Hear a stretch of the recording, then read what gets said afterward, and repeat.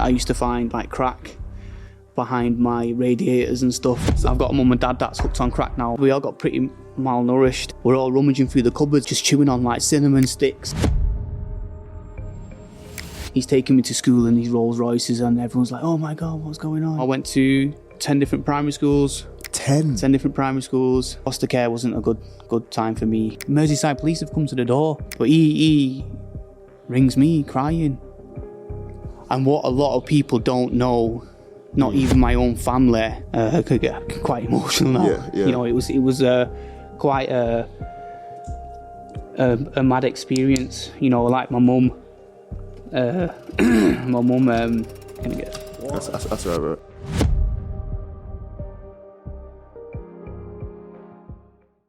What is happening, beautiful people? This is the Empowered Human Podcast. This podcast is part of Empowered Human Tribe. Some journeys change your life. This is one of them. From the 15th to the 22nd of November, we are going to India. We're going to Varkala for Empowered Wellness Escape, designed for people who have been carrying a lot. To find out more, head over to empoweredhumantribe.co.uk. And big love to our sponsor, Life Lab Supplement. They produce high quality wellness supplements and help other brands build their own. Check them out at lifelabsupplement.com. Before we dive in, go ahead and subscribe, leave a rating, and share this podcast with someone you love. Now, take a deep breath. Open your mind and let's dive in. Trigger warning, this episode contains discussions of sexual abuse, drug addiction, and mental health struggles. If these topics are sensitive for you, please take care while listening. My guest today is Bobby. Bobby's story is nothing short of inspirational. I'll let the man introduce himself. Yeah, so my name's Bobby. If you don't know now, you know. If you don't know now, you know. Yeah. Get to know. 34 years old, from Manchester, Salford areas, you know, but I'm here now in Rosendale. Yeah. Live in the Valley. Just winging it, bro. Yeah. I was live in the Valley treating you. It's good. I'm a city boy at heart, but I like the quiet life. It's all right, you know, away from the hustle and bustle, because it can get quite overwhelming at times. True. So yeah, it's good. It's grounding. It's peaceful, you know. I don't know about you, but there's something about stillness that I feel like is underrated. And, you know, moving out of the country, moving out of the city, moving to the countryside, there's something about like that stillness that you get from the countryside that you wouldn't normally get from the city. And I feel like for me, it's so underrated, because just having that peace of mind to like think, have clarity of thoughts is so important. And I think for someone like me that's always got the sense of urgency, I want everything yesterday, but I'm living 2-3 months ahead. Damn, you know, and especially when you're in the hustle and bustle, I think that fight or flight mode is in full effect. Yeah, true. So I think when you're here, you know, even the people, they're just so withdrawn in a good way, you know, and that energy is infectious, you know, and I think it's good. You know, I'm kind of used to it now. I've got family in Spain and they've got a lot of land, so it kind of like reminds me of home away from, you know, a little bit, you know. Yeah. So Bobby, me and you, we go to the same gym. Yeah. We've been talking, we've got talking, and your story, like, I don't think I've heard any other story that's as inspiring as yours. And I grew up in Nigeria. I've seen a lot of, like, you know, poverty and people, you know, going through it, but I've never met anyone like you. And the fact that you're still standing, for me, is like incredible. Appreciate it, bro.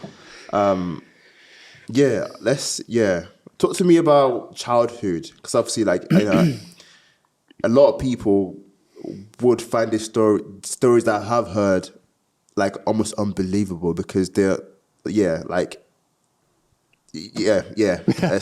think so.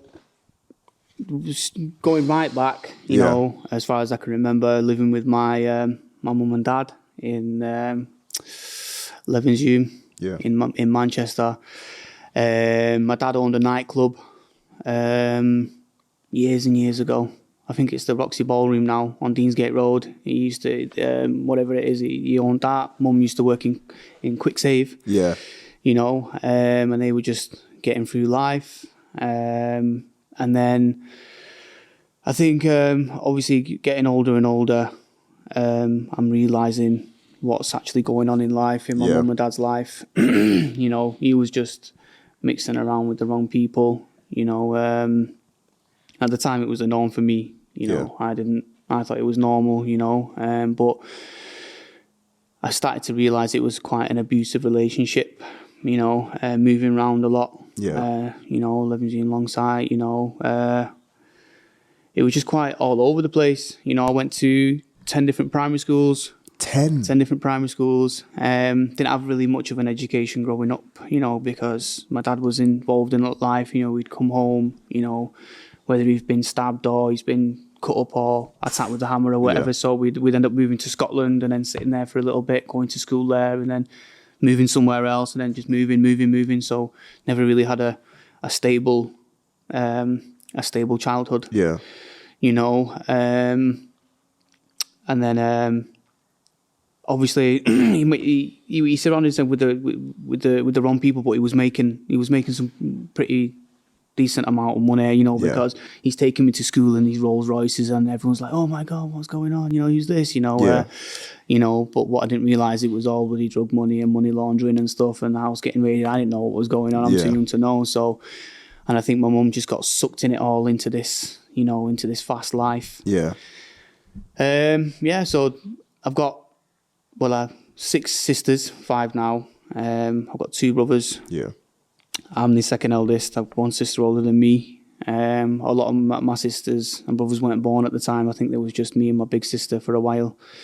You know, and it was just a pretty fast life for my parents. And then I think I started to realise when things weren't normal, when I'm asleep at night and I could hear, you know, my dad beating up my mum and stuff and everything, and the arguments, and it was just argument after argument, you know, and then, you know, we moved into this big house in Partington in Manchester. Back then it was, you know, it was pretty racist area. Yeah, it was crazy. I remember our windows used to get smashed all the time because of, you know, my dad, you know, oh, you fucking this, that, you know.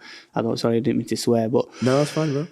And then, again, it was just the individuals that he used to introduce me to. He used to be like, come on, Bobby, come with me. And I used to be sat around these people and they just weren't normal people. You know, you just look at them, they were very intimidating, and you know, the things that they talk about, I'd start to pick up on, and they're just not normal conversations that like a 7-8-year-old child should understand, you know. And then that's when I got introduced to the hard drugs.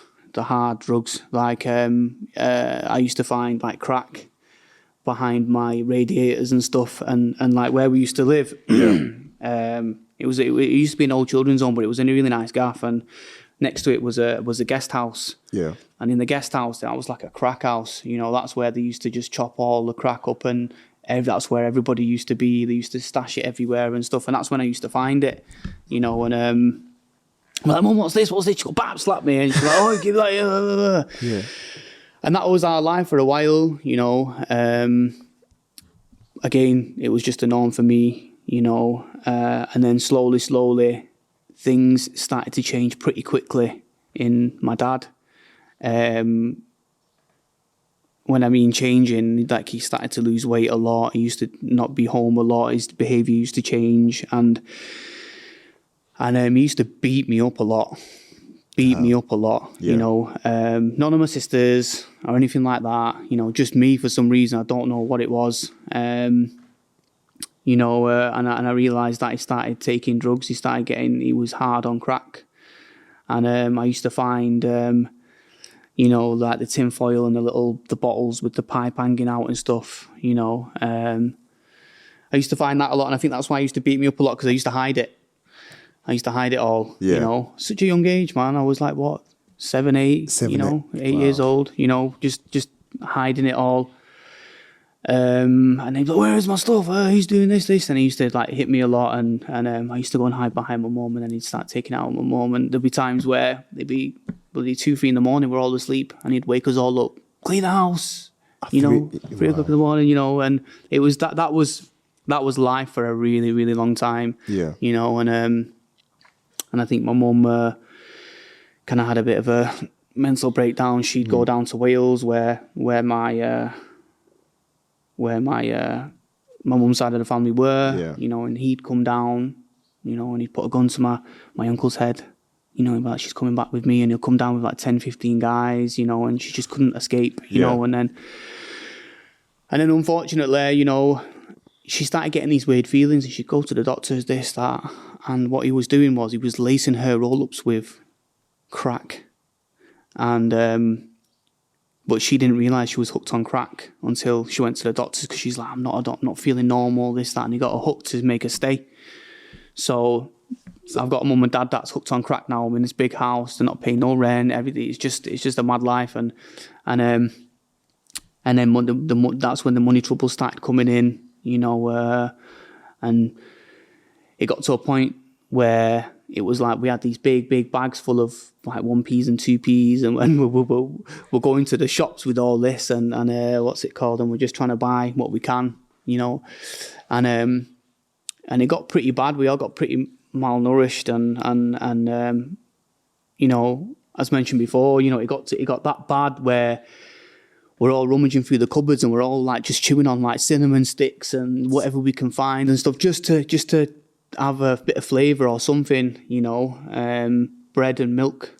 Do you know what I mean? Like we used to put bread, we used to soak the bread in the milk, a bit of sugar or whatever, and we used to eat that, and my dad used to just lock himself away in the room, and same with my mum, my dad used to just disappear, and then obviously fast forward a little bit, the neighbours started clicking on what was going on, so my dad had to move because obviously he couldn't afford to live there, and then we was just bouncing from crack house to crack house. So my dad was, here, there, and everywhere. And my mum was doing the best she could. Well, obviously she had her own struggles with substance abuse and everything, and my dad, she had back in the days, it was called the gyro, and what was it now? I think it might be universal credit or something. And my dad used to come back. Bear in mind, my mum's had a few kids by now, so we'll fast forward in a couple of years, and he'd only come back and beat her up for the gyro, leave us with like 20 quid. There's like fucking 6 of us. And it was like that again. It was like that for a really long period of time. And then we moved to Prestwich, and again, that's where my dad was, because my mum always used to try and find my dad, and we used to get dumped there, and the same, used to just argue over drugs. Random people coming in the house, my dad disappearing, no money, my mum having to make ends meet. Before he started using the drugs himself, like, when you were younger, was he like that before, or is it? He, as far as I can remember, he was always he was very abusive, manipulative. I don't think he always used drugs, but I think it was just karma. It was karma over the drugs, but now, and he was always an abusive guy, physically. Especially to me and some of my sisters, he was always like that, very snappy, short-tempered. I don't know why, I don't even know why, but he was always like that with my mum, and that was that. But going back to what I was saying,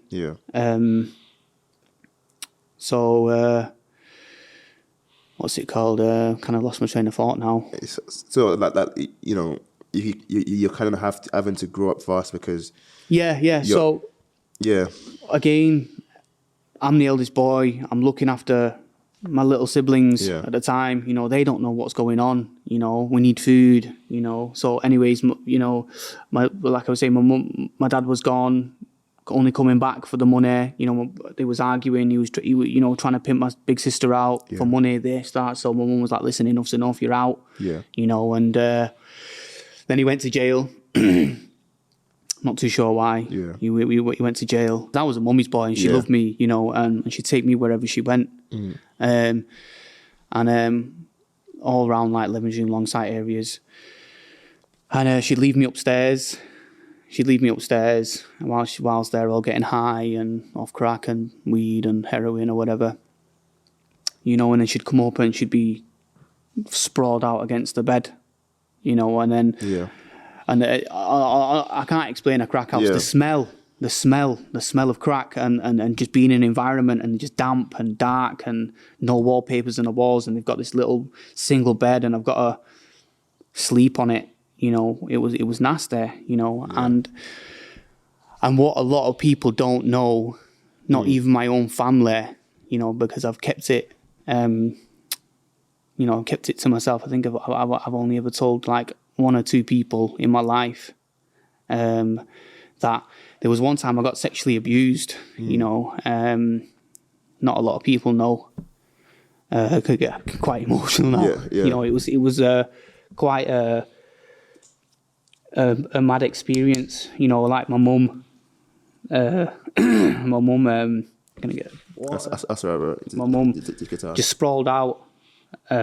On, you know, of heroin, you know, and I'm there getting sexually abused on the next bed, you know, of some random guy, you know. But anyways, that happened, and then I told, you know, obviously, you know, when I seen my dad, I kind of told him, and he went mad. Yeah. You know, he went mad, and I don't know if my young brother and sister even remember this situation. Yeah. You know, he went mad at this. I don't know who this person was, this kid guy, whatever. You know, went crazy at him when it was like in the middle of the street. And he's like, oh, this, that, you know, what the, you know, it just kicked off, and then the police come to the house, getting a witness statement of me saying, listen, what happened? And I'm like, listen, I don't know. I'm trying to push him away. And, you know, but at the time you don't know what's going on. Yeah. You know, you're only a defenseless child, you know, you don't know what the fuck's going on. You know, and then obviously I don't know what happened after that, you know. And again, from there, I think that's when my mum started getting a bit of support. We went into a homeless unit. We was in a homeless unit in Bury. My dad was still in Prestwich, you know, but he got to the point with my dad where he'd lock himself in the room, and like there was one time I went into the room and there's just like writing all over the walls, and it was just crazy. He totally lost his head. He went insane through crack and heroin. He went absolutely insane. And sorry, and anyways, we're at this homeless unit, and you know, we're all just trying to get by, you know. And obviously, again, my mum's still taking me to these crack houses and everything. And again, my dad's in Prestwich, in and out of jail. And then I totally lost contact with him. And then that kind of went on for a while. And then and then obviously my mum started approaching these big time drug dealers for money, you know, because we couldn't afford rent. We couldn't afford food. You know, and they kind of helped us out, and it was weird, really, because, you know, my dad kind of tried to played on a lot of people with sympathy. You know, he used to say, "Oh, pretend this is your auntie." You know, don't say it's your mum, just say your mum passed away and this is your auntie, you know, because he used to he used to scrounge off people, and then my mum kind of started doing the same, you know, with these drug dealers and everything, and it started getting pretty bad. So, so that happened, that was happening, and then slowly, because we wasn't in education, because we wasn't in schools now, we weren't in schools, none of me and my brothers and sisters weren't in schools for a good few years now, and then social services started clicking on when my mum was in the homeless unit. So they started paying visits. Yeah. Got a couple of my younger siblings into school. And then it was just me, really, that wasn't in, me and my big sister, that wasn't in, I don't know, was it like year 7 now? Yeah. Year 7. Didn't go, I missed year 7, so I didn't start school till year 8, but we'll come back to that. So we're at this homeless unit, and then from Bury we went to Ashton, a homeless unit in Ashton, and that's where it kind of went south even more. Yeah. At first everything was all right there, and then obviously my dad wasn't in the picture. He was coming back and forth, and then, you know, everybody's hearing all the fighting and this and that, you know, and then nobody kind of really liked us then. And I think I was about 11, so I'm about 11 years old then. 10, sorry. And what they used to do is, at this homeless unit in Ashton, some of the kids on there older than me, probably like 13, 14, right? They used to organise fights, and because I'm this outcast kid, they didn't like us, so they used to just throw stuff at the windows and whatever, and, you know, and obviously my mum's too out of it to understand what's going on, you know. I'm too busy protecting my little brothers and sisters, you know. They don't know what's going on, you know. And I had one friend there, some Irish kid. Yeah, he was pretty cool, man, you know. And he always stuck by me, you know. He kind of like had my back a little bit, but the rest of the people that used to live there, it's madness, because their parents used to get their sons to fight me. Right, so it was like on a weekly basis or even a daily basis. They used to organise these fights, right? Yeah, they used to organise these fights, and it'd be like, and there was this road where they used to have these trailers for these lorries, and I always used to sit on there with my mate and, you know, running and jumping, and then a lot of them would come and they'd start something, and next thing you know, like, they're like organising fights. You know, and I'm only, 10 years old, 11 years old at the time, and I'm fighting these kids that are like 12, 13, 14 years old, you know, just to protect my family. And I used to batter them. I swear to God, I used to batter them, you know. My mate used to watch, you know, and they used to, God knows what sort of individuals, or, you know, I don't know, man. You know, I just don't understand how parents can do that, you know, make the kids fight some defenseless kid or whatever, you know. And then when I do beat them up and stuff, they used to call the police and say, "Oh, this kid, you know, look at him, you know, he's beat my son up, you know," and playing the victim and stuff. And that used to happen a lot, you know, weekly. You know, I'm fighting for my life here, you know, for my brothers and my sisters and everything, you know. And then obviously, one time my mum got put in hospital because of the drugs and everything. So I think, and then we was at home alone, nobody, you know. By yourself? Yeah, by himself, yeah. And then obviously we all got put into a children's home for a day or whatever. And then obviously again, social services got involved again. And then we moved to a different, because of this, what was happening, you know, because I had black eyes and everything. So social services like, what's going on? And then finally, I broke down. I was like, listen, this is what's happening, you know. And then they moved us to another homeless unit, you know. And then this was the breaking point for us all. This was the final bit in everything. So I think. One day, she goes, right, come on, we're going seeing your dad. So I was like, oh my God, she's back in contact with my dad again, you know. And we all went down Prestwich, where he was living. There's I think it's a Lidl or an Aldi next to where we was, a few streets down. That's where my dad was. Anyways, she bought loads of shopping, and She handed me a £5 and she goes, listen, Bobby, I love you so much, but this is the last time you're ever going to see me. You know, she goes, I've had enough. I can't do it anymore. I've had a mental breakdown. I need to sort my life out. You know, I don't, you know, and she just dumped us with our dad, you know, with a £5. But at the back in that, I don't know if it was a lot of money or whatever, but she goes, listen, make sure you give this £5 to your dad. Yeah. And she just, I walked her to the bus stop. £5? Yeah. And she walked us. Well, I walked her to the bus stop. She just kissed me on my forehead and she said bye. And that's the last time I ever seen my mum for God knows how long. So I went back to the house, told my big sister the situation. I said, listen, we can't stay here. You know, because he's locked in his room, high as a kite, just shouting, screaming, banging, writing on the walls. And we're like, this is not where we need to be. Yeah. So we came up with a plan. I said to her, you stay here with the youngest. Yeah. Yeah.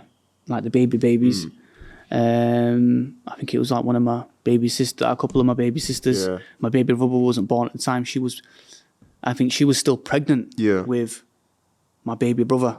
Your mum was still pregnant? Yeah, she was still pregnant, yeah. Because she was always pregnant. That's all I could remember. My mum was always pregnant. That's all I remember about mum. She was always pregnant. Anyways, so I told my sister, and I was like, listen, this is what I'm going to do. I'll take, like, the ones that can walk with me. You know, I don't know how many of us there were then at the time. Maybe 6 or 7 of us, or 8 of us. I'm not too sure. I was like, you stay with the younger ones. I've got enough money. I've got 5 or 8. It's 50p per person on the bus from Prestwich to Bury. Yeah. So I was like, listen, I've got a 5 or 8. I'll take whoever I can. The oldish ones. You stay here. Yeah. And then I'll come and get you. Yeah. So she stayed. I took them on the bus, and I remember, and people were like, whoa, don't forget, I'm only 11 at the time. Yeah. My sister's, 14, I think? Yeah. Anyways, I'm 11 years old, right? I've got my little brothers and sisters with me, that are probably toddlers, right? I get them on the bus. Everyone's flabbergasted. Everyone's like, what is going on here? Yeah. You know, I've got a team of kids here with me, and I'm like, well, I need to go to Bury. So we end up going to Bury bus station, and then from Bury bus station, you know, I don't even know how I managed to find my way there, but I remember, because I think it's because the routes that my mum always used to take. And from Bury bus station, I went to the homeless unit, and that's when I thought, they was like, oh, right, okay, you know, because they probably thought that we're still living with my mum, and I knew my mum was still there, and I told them the situation. I go, this is the situation. The police need to go to save my sister quickly, because if my dad finds out, he's going to end up killing my sister. You know, or something, or you might end up taking her and just disappearing. I don't know. So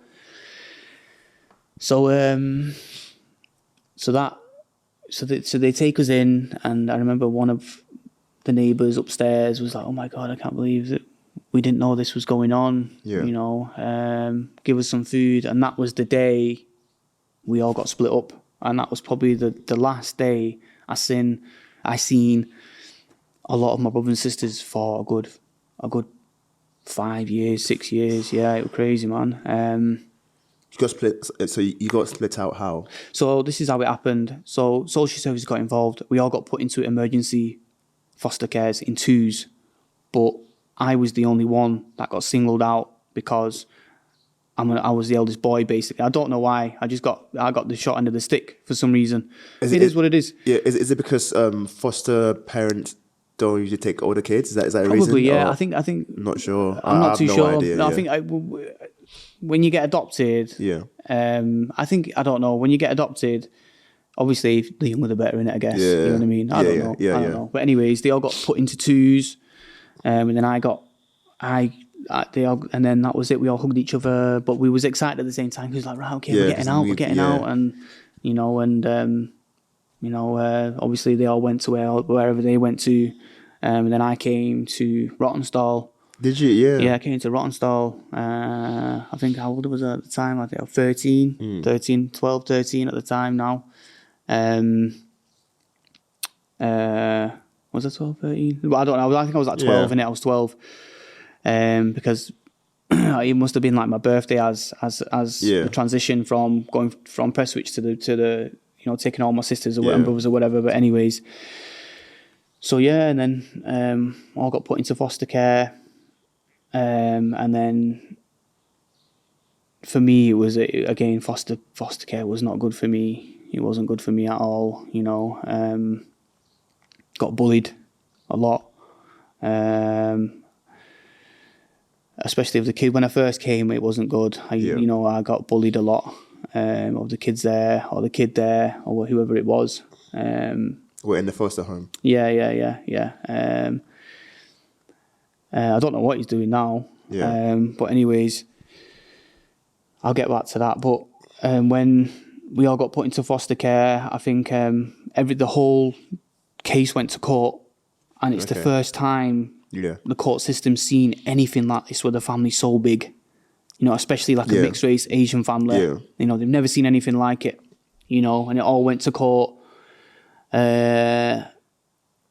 And surprisingly, my mum never showed up. My dad did. My dad fought for us to the court, which was very surprising. But my mum didn't come. It was just my dad. But anyways, there was a protection order against us all. It wasn't allowed. My dad was not allowed to come anywhere near us. So he just did what he did. Do you know what his story was to wanting to have the connection back with you guys? I think I don't know. God knows. I do not know why. Yeah. But I'm glad we didn't. But I think obviously, deep down, I think a bit of him was guilty in it. You know what I mean? You know, because it's all of his kids or whatever. But I don't know. But my mum was nowhere to be seen. And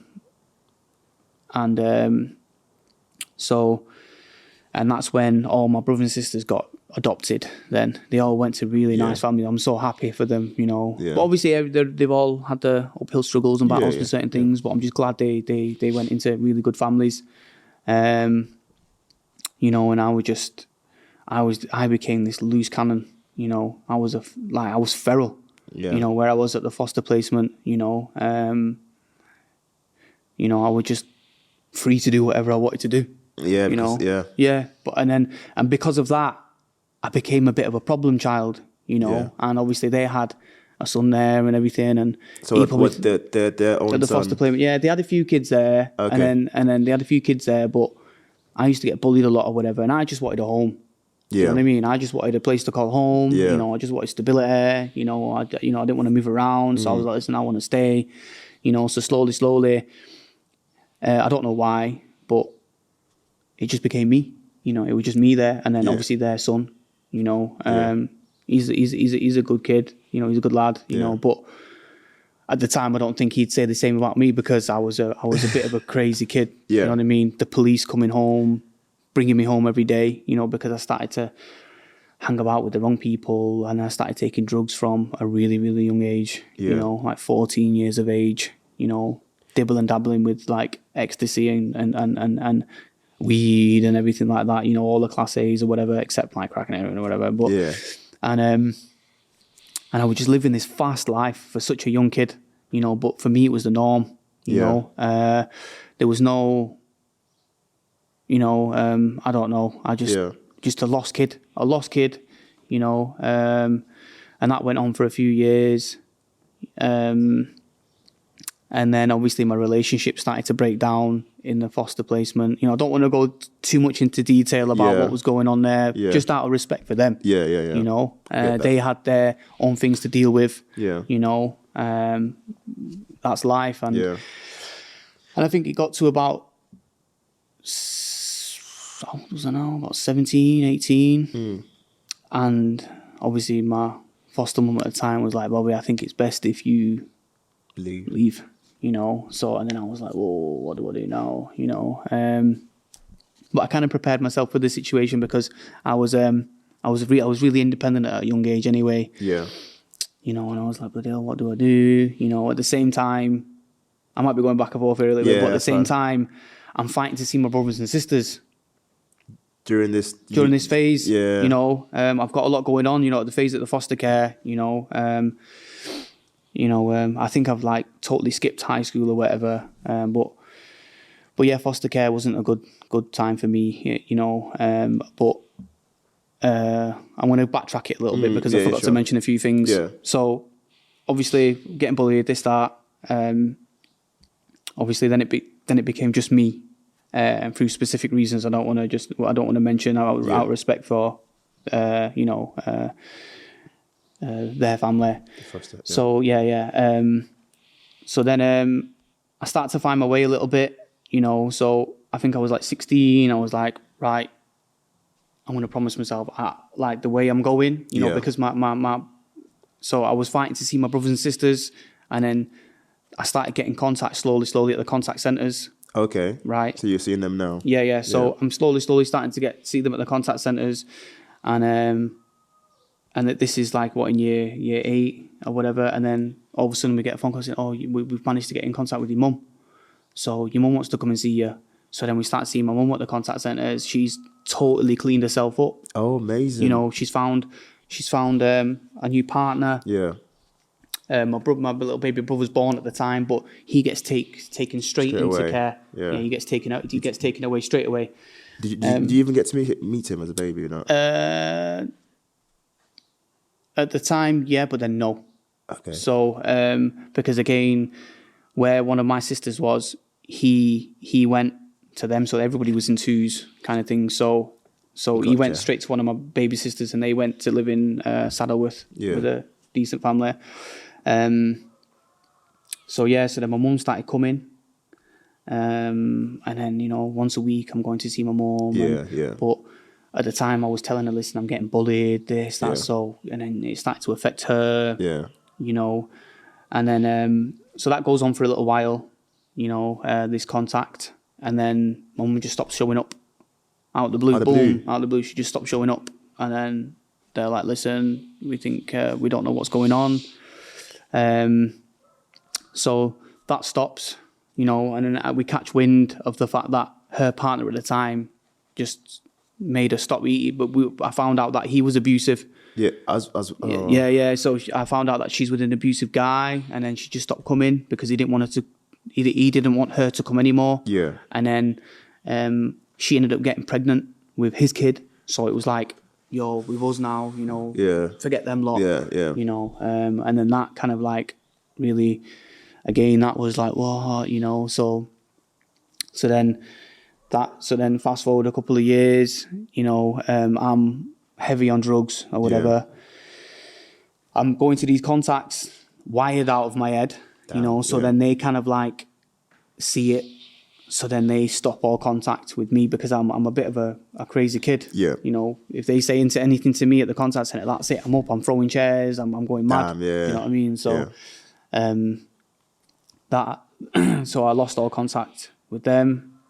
And then that's when I was like, I need to change my life because I don't want to go on like this because there's only one way this is going, and I'm following in the footsteps of my mum and dad, and I don't want to do that. So I kind of straightened myself out, go college. So the thoughts of not having the contact with like your brothers and sisters made you change, or like is that something you care about yourself? A lot of people seen potential in me. They were like, Bobby, what are you doing? Yeah. This is not good, Bobby. And there was a lad, I remember, he's a top guy, and I see him every now and again, and I'll get back to him later on. And he was with the older lot, they used to do skateboarding, and he used to like say, Bobby, why don't you just come skateboarding, that. And then I went through a phase of skateboarding. Come on. I went through a phase, madness, because my boss at the time, he used to skateboard, and I started tagging along with them lot, he's like, well, maybe promise me one thing that, you'd stop all that stuff and just make something of your life. And I was like, right, okay. And that's the first person that ever said anything to me like that. And I was like, you know what, I want to do it. And I was like, I'm going to college now, this, that, and it was just somebody that I could share my stuff with. And I'm like, I'm going to college now. And he's like, oh, well done, this and that. And went to college, because I wasn't really academic, went to college, so then I just started focusing on me then. Yeah. So I didn't see my brothers and sisters very long time because I'm just trying to focus on my life, trying to focus on me. And in the process of me focusing on me, I went to college, and then I jumped onto this this program called V-Talent. It was called V-Talent, and I think it was like a funded, organized. It was like a funded. I'm not too sure what it was, but it was like a funded organisation, and they chose.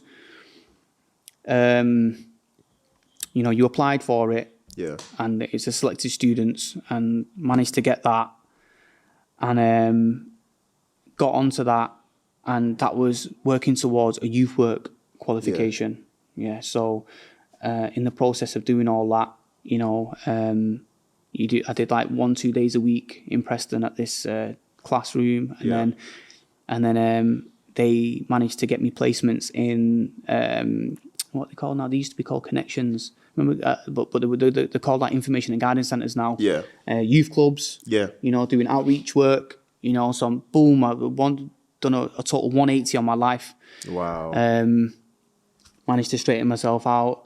So I did over like 100 hours voluntary work. Within the young people service. Wow.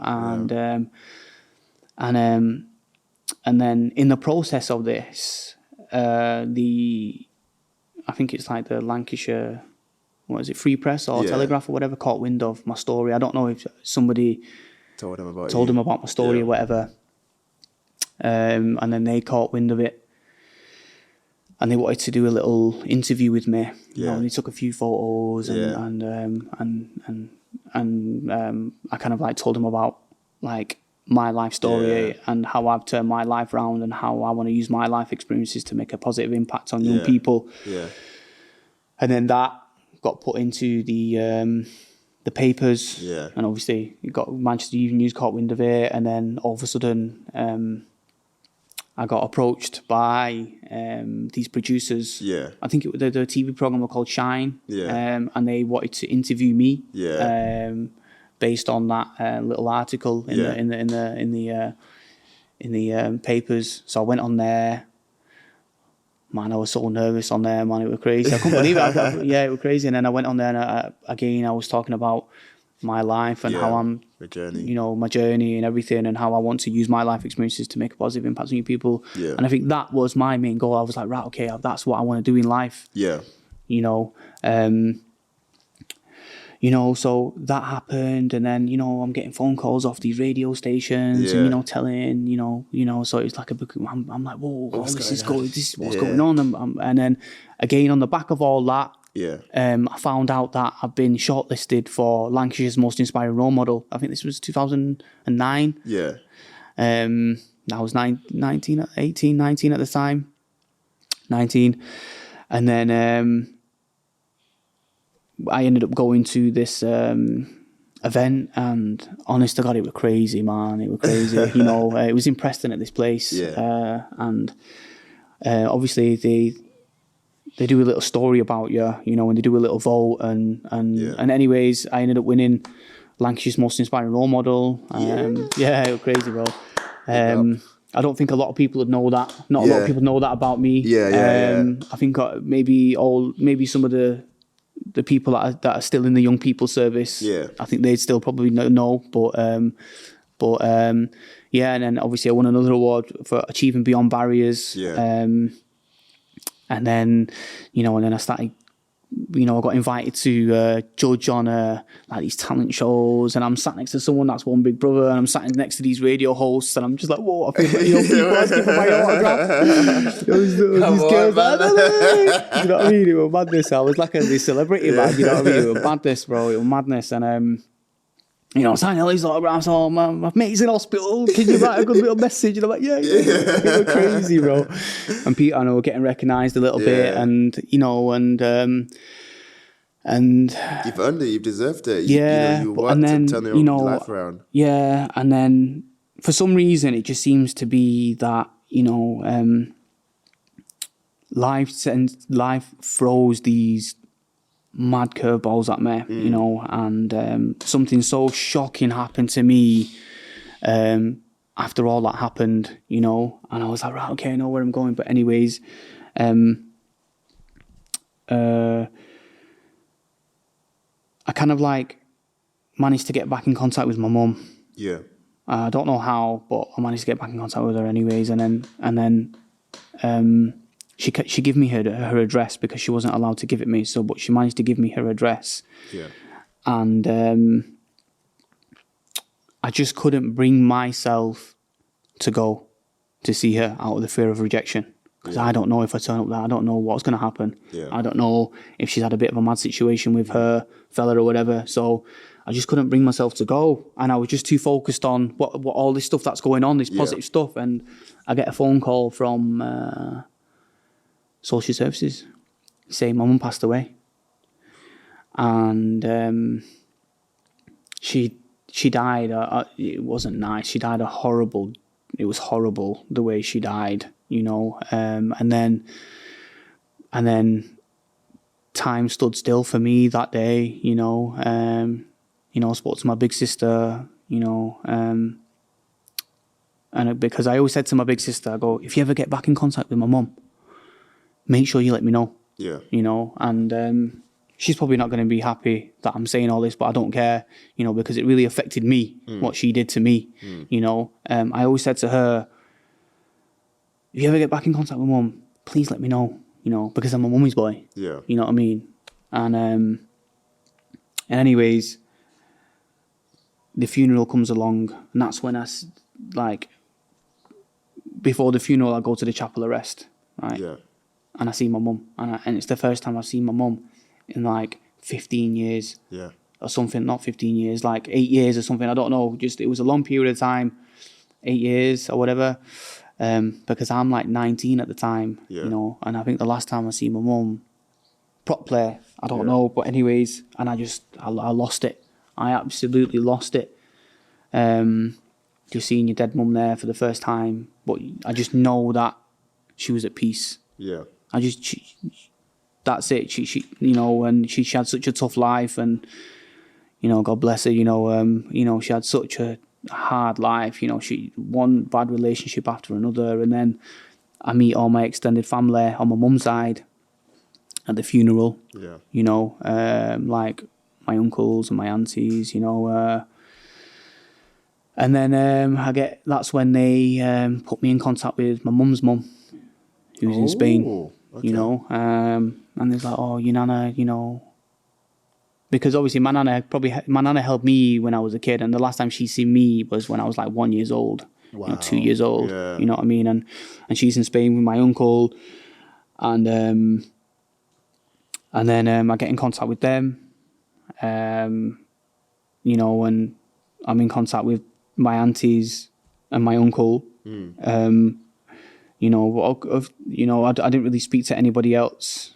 I'm not too sure why, but I kind of like kept in contact with my nana and two of my uncles and my auntie. But life just kind of spiraled out of control for me when my mum passed away. I've never been the same since. Never been the same since. You know, because that yearning, you know, it's a weird feeling. I can feel myself welling up again, man. Yeah, that's right, bro. It's like, even till now, I'm 34 years of age, but like I go through these stages where I just want my mum. Just want my mum, you know. It's a weird feeling. And let's have a sip of water. Right, bro. And anyways, you know, it's just a mad feeling, you know, losing your mum at a young age, you know. And the only memories you've got of your mum is not nice, you know. All that stuff, all that trauma, you know, and especially the stuff that happened to me when she's laid out on crack, you know. But you know, and I'm tenacious, you know. I crack on, but I'm just lost. I am lost. I moved back to, in the process of all this is when my husband goes, Bobby, I think it's time if you go. So I've got all this going on, and then everything that happened to me, you know, all this positive stuff within people's service just goes boom down the drain. I just forget about it all. Like, I wish I had, even through that, I just wish I had that guidance where it's, Bobby, listen, crack on with that. Keep that's your get out of jail card right there. Run with it. But I didn't have that sort of advice, and then, you know, at that age, and then I moved to back to Manchester, and you know, I've got like 2-3 jobs, you know, and I'm just getting by in life, and it's not easy being a teenager, living on your own, fending for yourself, trying to pay because I was just working to pay the bills then. That's it. You know, all them aspirations, whatever you want to call them, visions and them goals just went straight out the window. Just gone, and I'm just trying to get by. I'm just trying to survive now. And then before I know it, you know, I'm in my 20s. I'm like, what's going on? You know, and then I'm just again bouncing from job to job. Just, you know, I'd stay in a job and I'd last 6 months, and I'm like, oh, you know, but again, I didn't have that advice there to say, Bobby, listen, or somebody to crack the whip and say, well, what are you doing? You know, this is not what you do, you know, and again, I'm just trying to find my purpose again, you know, I don't know what's going on, and So, like, at this point, who did you have around you? Nobody. Nobody. You know, because I'm going to court to see my brother, right? And I'm like, obviously, my brother and sister was in adoptive care. Yeah. I could not just see them, you know, because they were protecting them, you know, and I always wanted to be close to my brothers, you know, and they were like, hey, it's a good idea if you don't see your brother, you know, but I was like, I've changed, you know, so I tried to go court to see my baby, I tried to go court to see one of my brothers, you know, and I managed to start seeing everybody again, but again, it's not the same.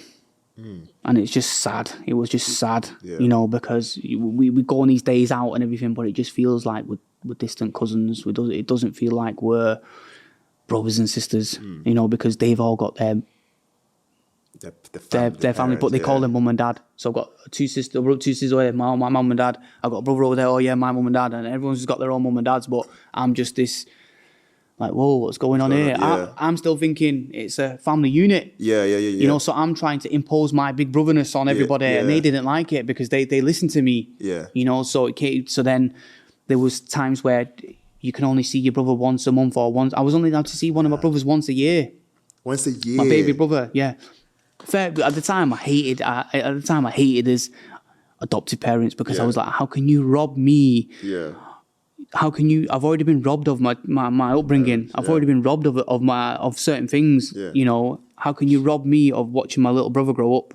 But now I kind of understand because they were protecting him. Yeah. And it's all good, you know, because he's a good kid now. You know what I mean? He's very clever. You know, he's at uni down Cornwall, and you know he's doing good things, man. You know, and you know, and I'll talk about him later in it. You know, but anyways, So I'm just going all over the place, you know, working here, there, I don't know what's going on, and you know, and I was in this, you know, obviously, you get yourself into relationships, and they're not the best of relationships, and again, that has a negative impact on you, you know, because then you know, at that age, I realised that in my life, a lot of people weren't loyal to me; they were loyal to the need of me. You understand? You know, and I got took advantage a lot, you know, anyways, and I'm just battling through life, and then I take up, you know, I find a gym. Yeah. You know, I find a gym. I start doing MMA, mixed martial arts. I start doing that for a while, you know, a gym around here, and I started doing that a lot, started competing a little bit, amateur, you know, and I thought, you know what, this is me, I like this, but it was a release, and it was an escape, and it was a coping mechanism, you know, and I thought, you know what, this is what I want to do, you know, I want to train, you know, and I just see where it takes me. So I started doing that for years, you know, I did that for years, and obviously when I moved to Manchester, I started doing that for years, and then I was just training, but I think the competing side of thing kind of like went out the window a little bit because it was a confidence thing for me, you know, again, I just didn't have the right people around me to stay, to you know, to guide me and navigate, you know, and again, it was anxiety, social anxiety. You know, it was crippling. Anxiety was crippling for me. It was crippling for me. You know, and you know, and I just trained, and I was just training just to escape life. Yeah. You know, and there were times where I wasn't in a job. You know, I've got friends paying my rent for me. Yeah. You know, but I was at the gym 2-3 times a day. 2 times a day, you know, I was at the gym training, you know, whether it be kickboxing, MMA, BJJ, whatever, you know, and you know, and that's where I found comfort in the chaos of everything, you know, and I was doing that, and I was like, I want to, and I see people today, and they were like, Bobby, you know, I can't believe you didn't go pro, you know, I can't believe it, you know, it is what it it is what it is. It's something that I do want to get back into, but again, it's the confidence, it's the social anxiety thing. I don't know what it is, you know, and it's crazy, bro, you know, because I feel like I've wasted a lot of my prime years through anxiety, you know, and just fear, you know, and it is what it is. It is what it is, and if you're 34, you're still in your prime years. I know, but I feel like I've lived 1,000 lifetimes, man. I don't feel like I should be alive today. You know what I mean? Yeah. But you know, the wear and tear on my soul, bro, is heavy, man. You know, but anyways, I'm jumping the gun a little bit. I'll rewind it back. Yeah. So, you know, I'm training, and then there'll be spells of me not training for like 6 months because of my own personal circumstances. So I because things got a bit bad for me, I ended up moving back to Rottenstall because my mate, who's been with me since day one, you know, saved my life. That guy, man, you know, he's like, Bobby, listen, move back, you know, I'll help you, move back, you know, because when I was in Manchester, you know, I lost all my jobs. I just stopped turning up to work because of my head. I don't know why. I was just struggling with life and everything, and loss of direction or whatever, guidance, whatever it was, and it was just all getting to me then. And obviously this is in my 20s, and I'm not training as much as I used to, and training for me was a big thing. And then when I'm not training as much, you know, like, oh, bloody hell, you know, it was just because I was training because I thought, you know what, I'd love to be a coach. You know, just I've got that coaching ability in me. You know, but anyways, you know, I ended up moving back to Rottenstall, and then my head's just gone, fully gone, man. I don't know I'm lost. I don't know what's going on. I don't know what's going on, and then this is 21, 22, 23. Well, I moved back to Rottenstall probably like 24-ish. Yeah.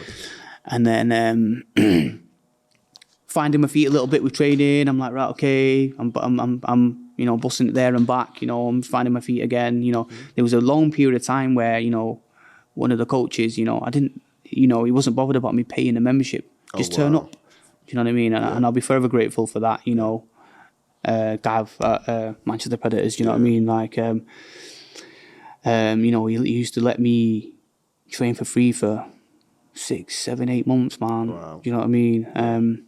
Because I kind of feel like he kind of knew what was going on in my life, but he was one of those where he wouldn't poke and prod and or whatever, you know, and it was such a good gym back in the days, man, you know. But again, anyways, I kind of like, because I'll be down, I'll be up, and I'll be down again. Yeah. You know, I feel like that's my life.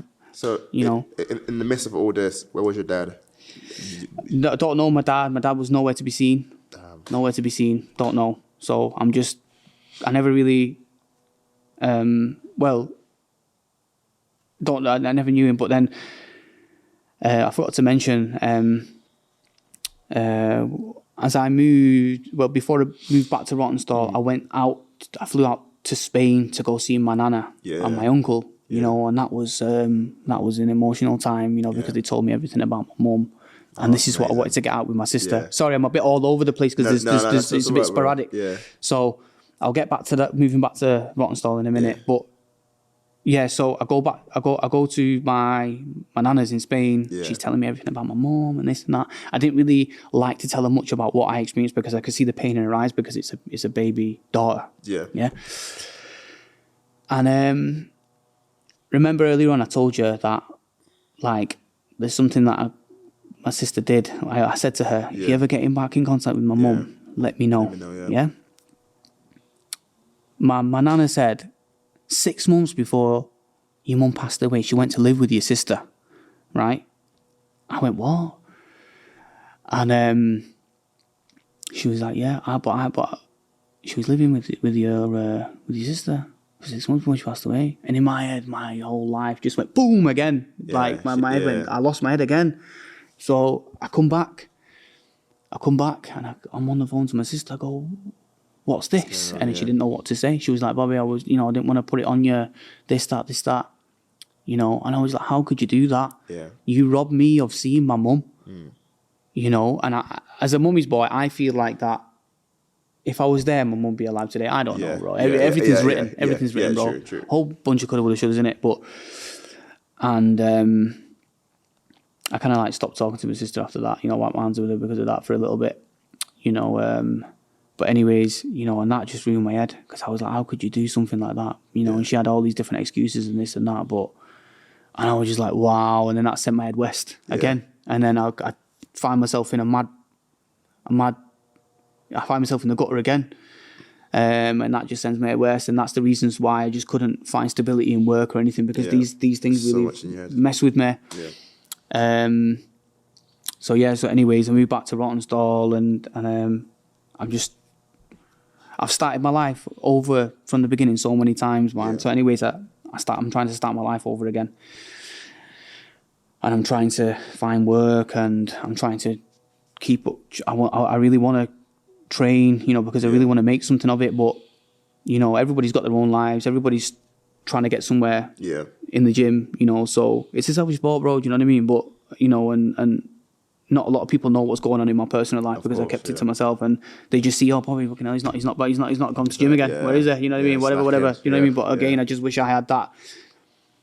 I wish I had that father figure there, you know what I mean? To crack the whips, to be like, look, make sure you go training, make sure you do this, make sure you do that. But again, I've developed these coping mechanisms to survive that weren't doing me any justice. But I don't know that only later on in life, you know. And I'm trying to unlearn these coping mechanisms. I'm trying to, you know, I'm stuck in survival mode. I'm stuck in fight or flight.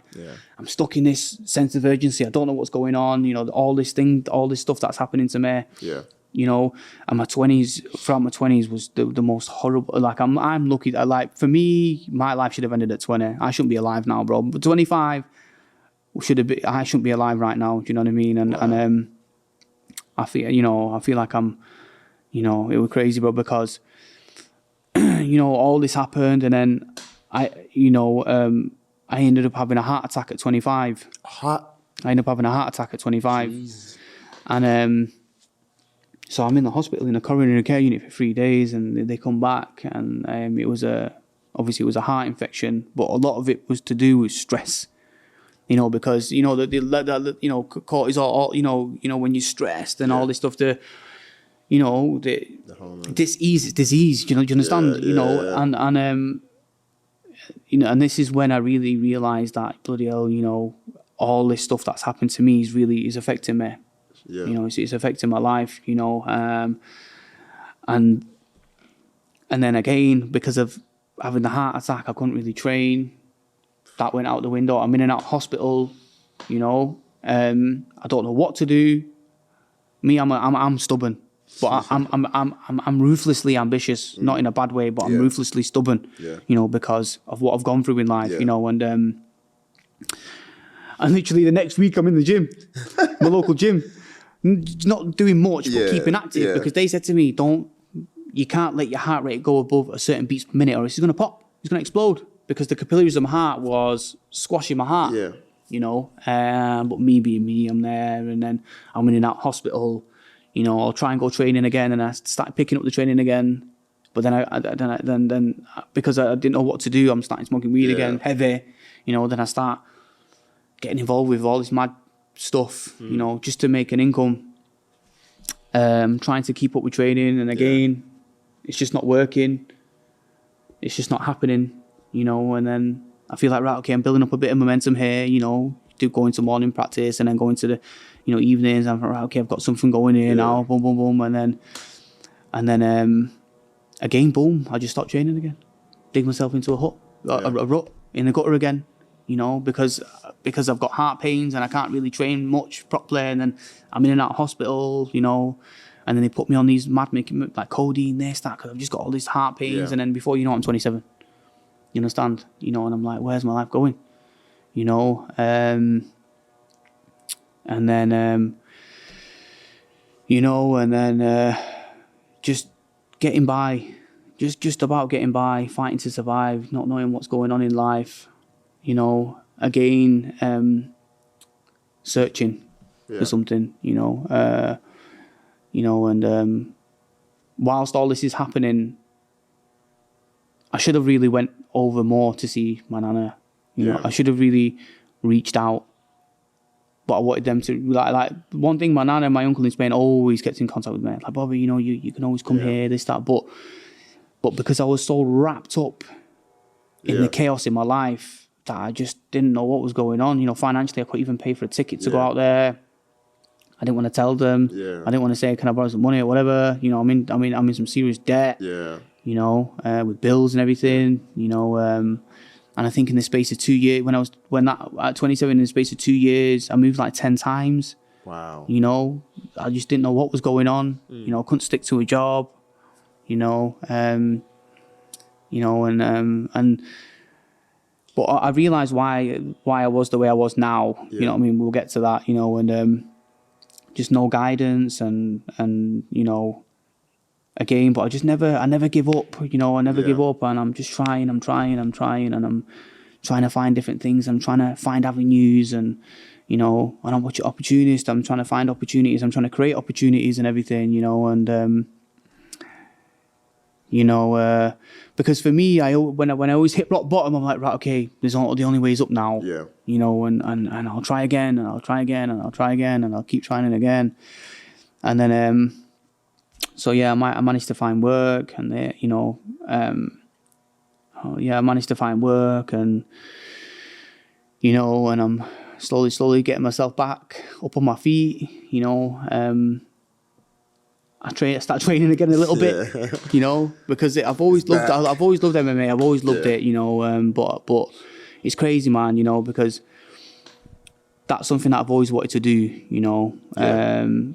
Even the coaching side of things, but the amount of knowledge I've got is priceless in my head, you know, because I started, you know, way before a lot of the lads that I know started, you know, but and you know, God bless them, you know, they've got their own gyms now, they're doing well, you know, and it's just it's such a nice thing to see, you know, and there's times where I think, oh, you know, I could have done the same, you know, then I start to dig myself in a hole, but it is what it is now. I'm learning, you know, it is what it is, you know, but my life wasn't the same. My life wasn't as plain and simple as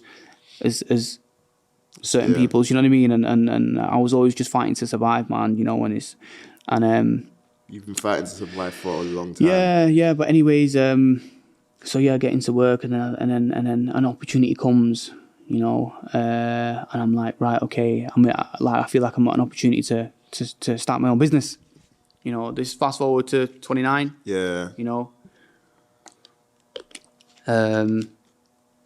fast forward to 29. Well, how old was I now? No, sorry, I'm going to go back a little bit now. Sorry, I'm all over the place. That's right, so, I'm 25, have the heart attack, everything like that, have the heart attack, and then I'm slowly, you know, being active again, and then I get a phone call of my sister, and she's back in, my older sister, who I don't really talk to. And I'm like, right, okay, but I'll let bygones be bygones, whatever. She's like, listen, I've got back in contact with your dad, and I wasn't happy, you know. And she's like, yeah, he's in a nursing home, you know. Blah blah. He wants to talk to you. This that. And I'm like, right, okay. But anyways, and he always wanted to see me. And I know it sounds a bit heartless or ruthless or whatever. But I said to him, I go, I'm in this situation in life, and I'm suffering. I continue to suffer because of what you've done, right? And it's not fair. What's happened, and it is what it is. And what I said to him was, I go, the only time you're gonna see me is when I'm washing your dead body. Wow. You know, and that's that, and that'll be my closure, because I cannot bring myself to come and see you and act like everything's normal when everything that I've been through. Yeah, fair play. My other little sister, brothers and sisters wanted to go and see him. Yeah, it is what it is. You do you, innit?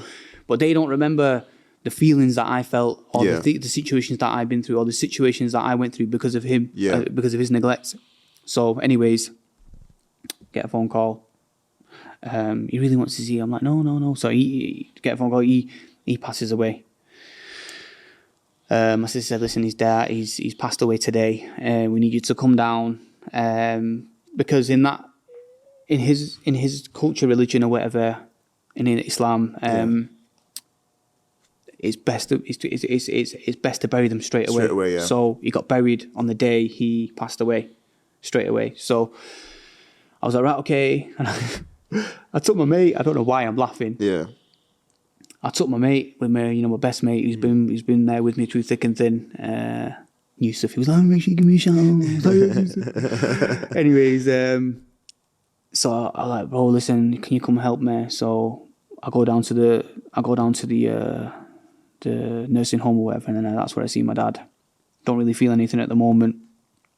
So pick his body up, put it onto the stretcher thing, put it into the little private ambulance, and then we go to the mosque to go and wash his body. So now I've not only seen my mum, dead mum, for the first time in years. It's the first time I've seen my dad in 15 years now, dead. You know what I mean? It is what it is. It is what it is. Yeah. You know. And I was like, bloody hell, what I actually said to him is real. So I'm washing his body, and all I can do is just laugh because I'm in shock. So my mate's like, what are you laughing for? And I'm like, I just don't know. I just can't believe I'm in this. I'm looking at him and I'm laughing. I can't believe I'm in this situation. But anyways, we embalm him. We dress him up. We put him in the traditional white rock cloth that you put people in, and put him in the coffin, and then we take him to the mosque, and then there's a little room where you pay your final respects. Yeah. And that's where I lost it. I just lost it. I looked at him, and all my emotions, what I felt, I just burst out crying. I'm shaking. I'm sweating. Because it's end of the day, it's your dad, innit? Yeah. You know what I mean? No matter how much animosity or whatever, there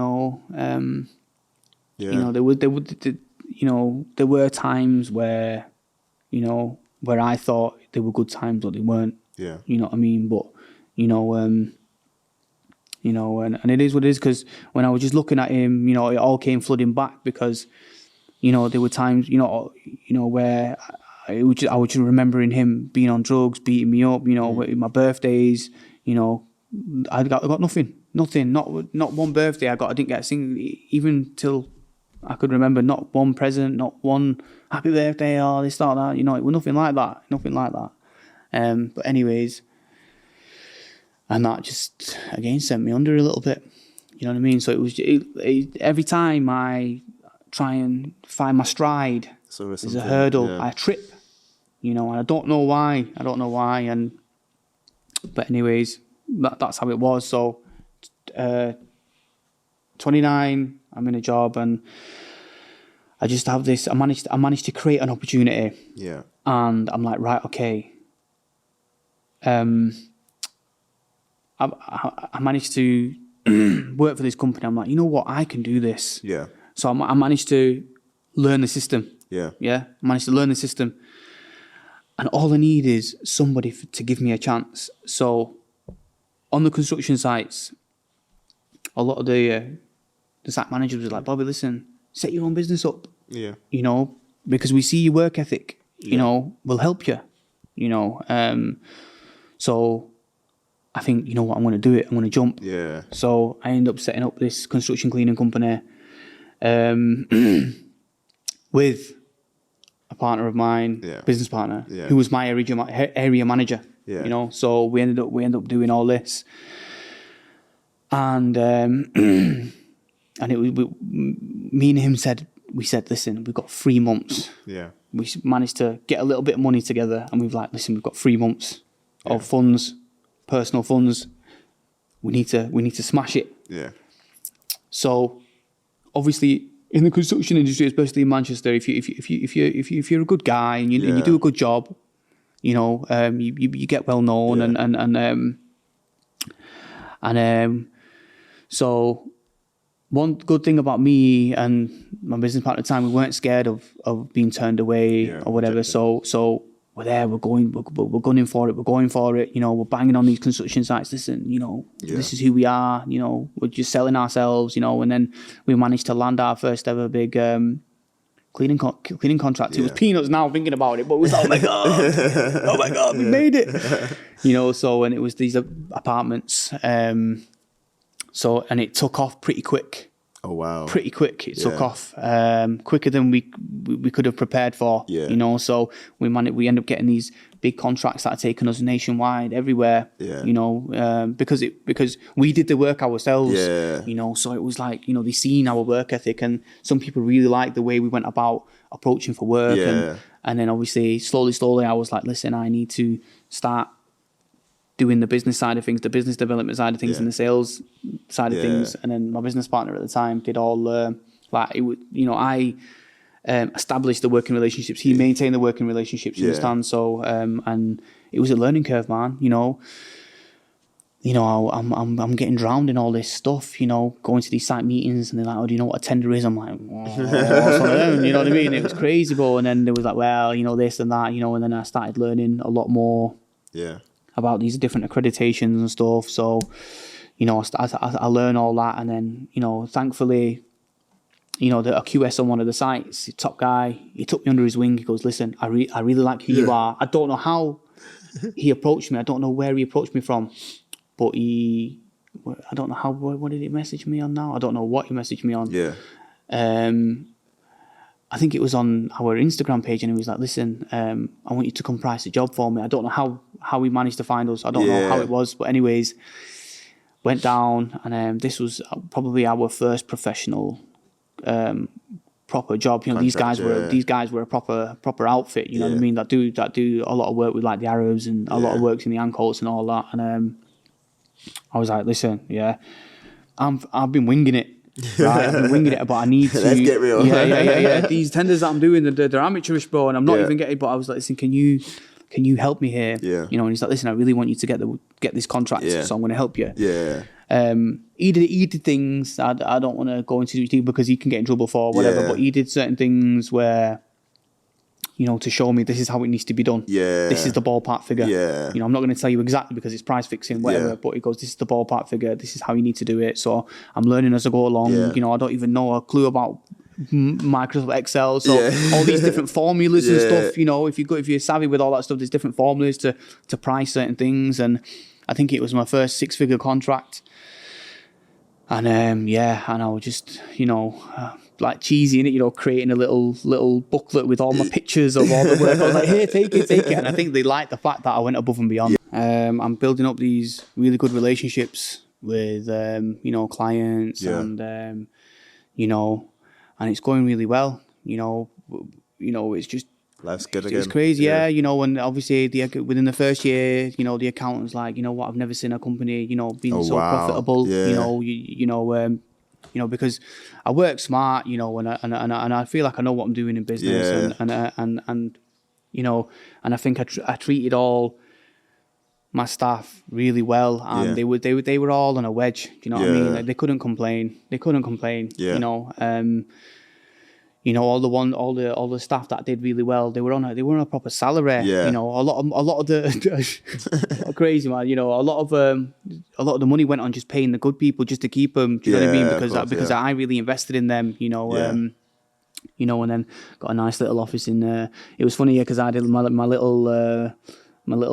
I had a little box room or whatever. That was my little office with a little chair and that, and then from that, going to a to a communal office, and from the communal office going to my own office in Chinatown. I put a nice office, and you know, and that's where I spent most of my time. You know, because you get like we got pretty big, so we started to get audited, and there was a lot of, you know, in the construction industry again, health and safety is a money making thing, man. You know, so 1 minute, you know, in order to get onto a supply chain, you need this accreditation, you need this, you need that. So I was constantly, you know, getting this, attaining that, you know, so that I spent a lot of my time doing that, and just visiting the sites, you know, doing my own audits, you know, for my audits and everything. And, you know, obviously my business partners, you know, maintaining all the things, and everything seems to be going well. Ticking, You know, and then, you know, so I feel like, you know what, life's going pretty good, man. But again, it's, I couldn't take my foot off the gas, because it's my, you know, I couldn't really have a break. I couldn't really have a holiday or anything like that, because it's just my whole, my life's revolving around this, and how can I expand? And I've got all these different ideas. I've got this, I've got that, you know. So yeah, that's going all right, you know. But again, I'm just still stuck in this fight or flight mode, can't switch off, you know, and it's reflecting in my work and stuff like that. I was like, oh, you need to calm down, man, you know, just take it easy. And I'm like, oh, I don't know how, you know, but anyways, so 1 year goes by, 2 years goes by, and then I just, with my business partner, things just don't seem to be right. I don't know what's going on in his personal life or whatever. You know, I probably won't go too much into details of what he's doing. I won't name him or whatever. You know, so certain things just are not adding up. You know, not turning up when he should turn up. Yeah. Bearing in mind the guy's in the 50s, he's a lot older than me. You know what I mean? I'm a puppy compared to him, but it's like I've got this drive in me, you know. But anyways, not turning up, this, that, you know, just his attitude and demeanor changes. Wow. And it sets off alarm bells in my head. Yeah. You know, because it's my bread and butter. Yeah. I want to get somewhere with it. Yeah. You know, and I'm getting somewhere with it. Yeah. In the midst of all this, you know, I get invited out to the UAE to expand, you know, because that's where I want to go now. You know what I mean? So I want to expand into the UAE. So, you know, that's where it's at, you know. So I'm arranging these meetings in the UAE with the, you know, with the supply chain out there, you know, with certain tier 1 construction companies, you know. So things seem to be going all right, but you know, and our relationship kind of broke down a little bit. You know, I think he just, I don't know, there was just something about him where I just knew something was going to happen. You know, I spoke to my accountant and I spoke to certain people and I was like, listen, I think something's going to happen here. You know, I don't know when, but, you know, something just doesn't seem right, you know, because I'm good at reading people, I'm good at reading situations and stuff. And again, that, the level of anxiety from that is madness because... Can imagine. Yeah, because when clients come to me, it's a problem. They shouldn't have to come to me. Yeah. Because I'm the one, I'm too busy doing expanding the business, you know, doing all the, you know, all the business development side of things and all that sort of jazz and all the money side of things. I'm the money man. Yeah. You know. And when they're coming to me, it's not a good sign. Yeah. So I start rocking up onto these sites unattended. Yeah. And it's a shambles. You know, because he's in charge of staffing, he's in charge of recruitment, making sure everything's on the groundwork on site. Right, okay, what do you need? Right, okay, do you need that? Right, okay, bang, done. Yeah. You know what I mean? So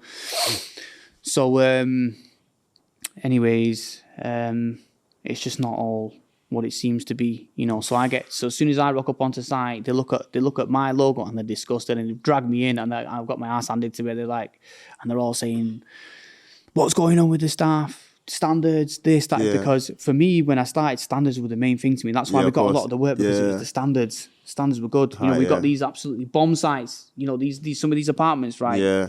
Weren't even habitable. You know, and they're brand new.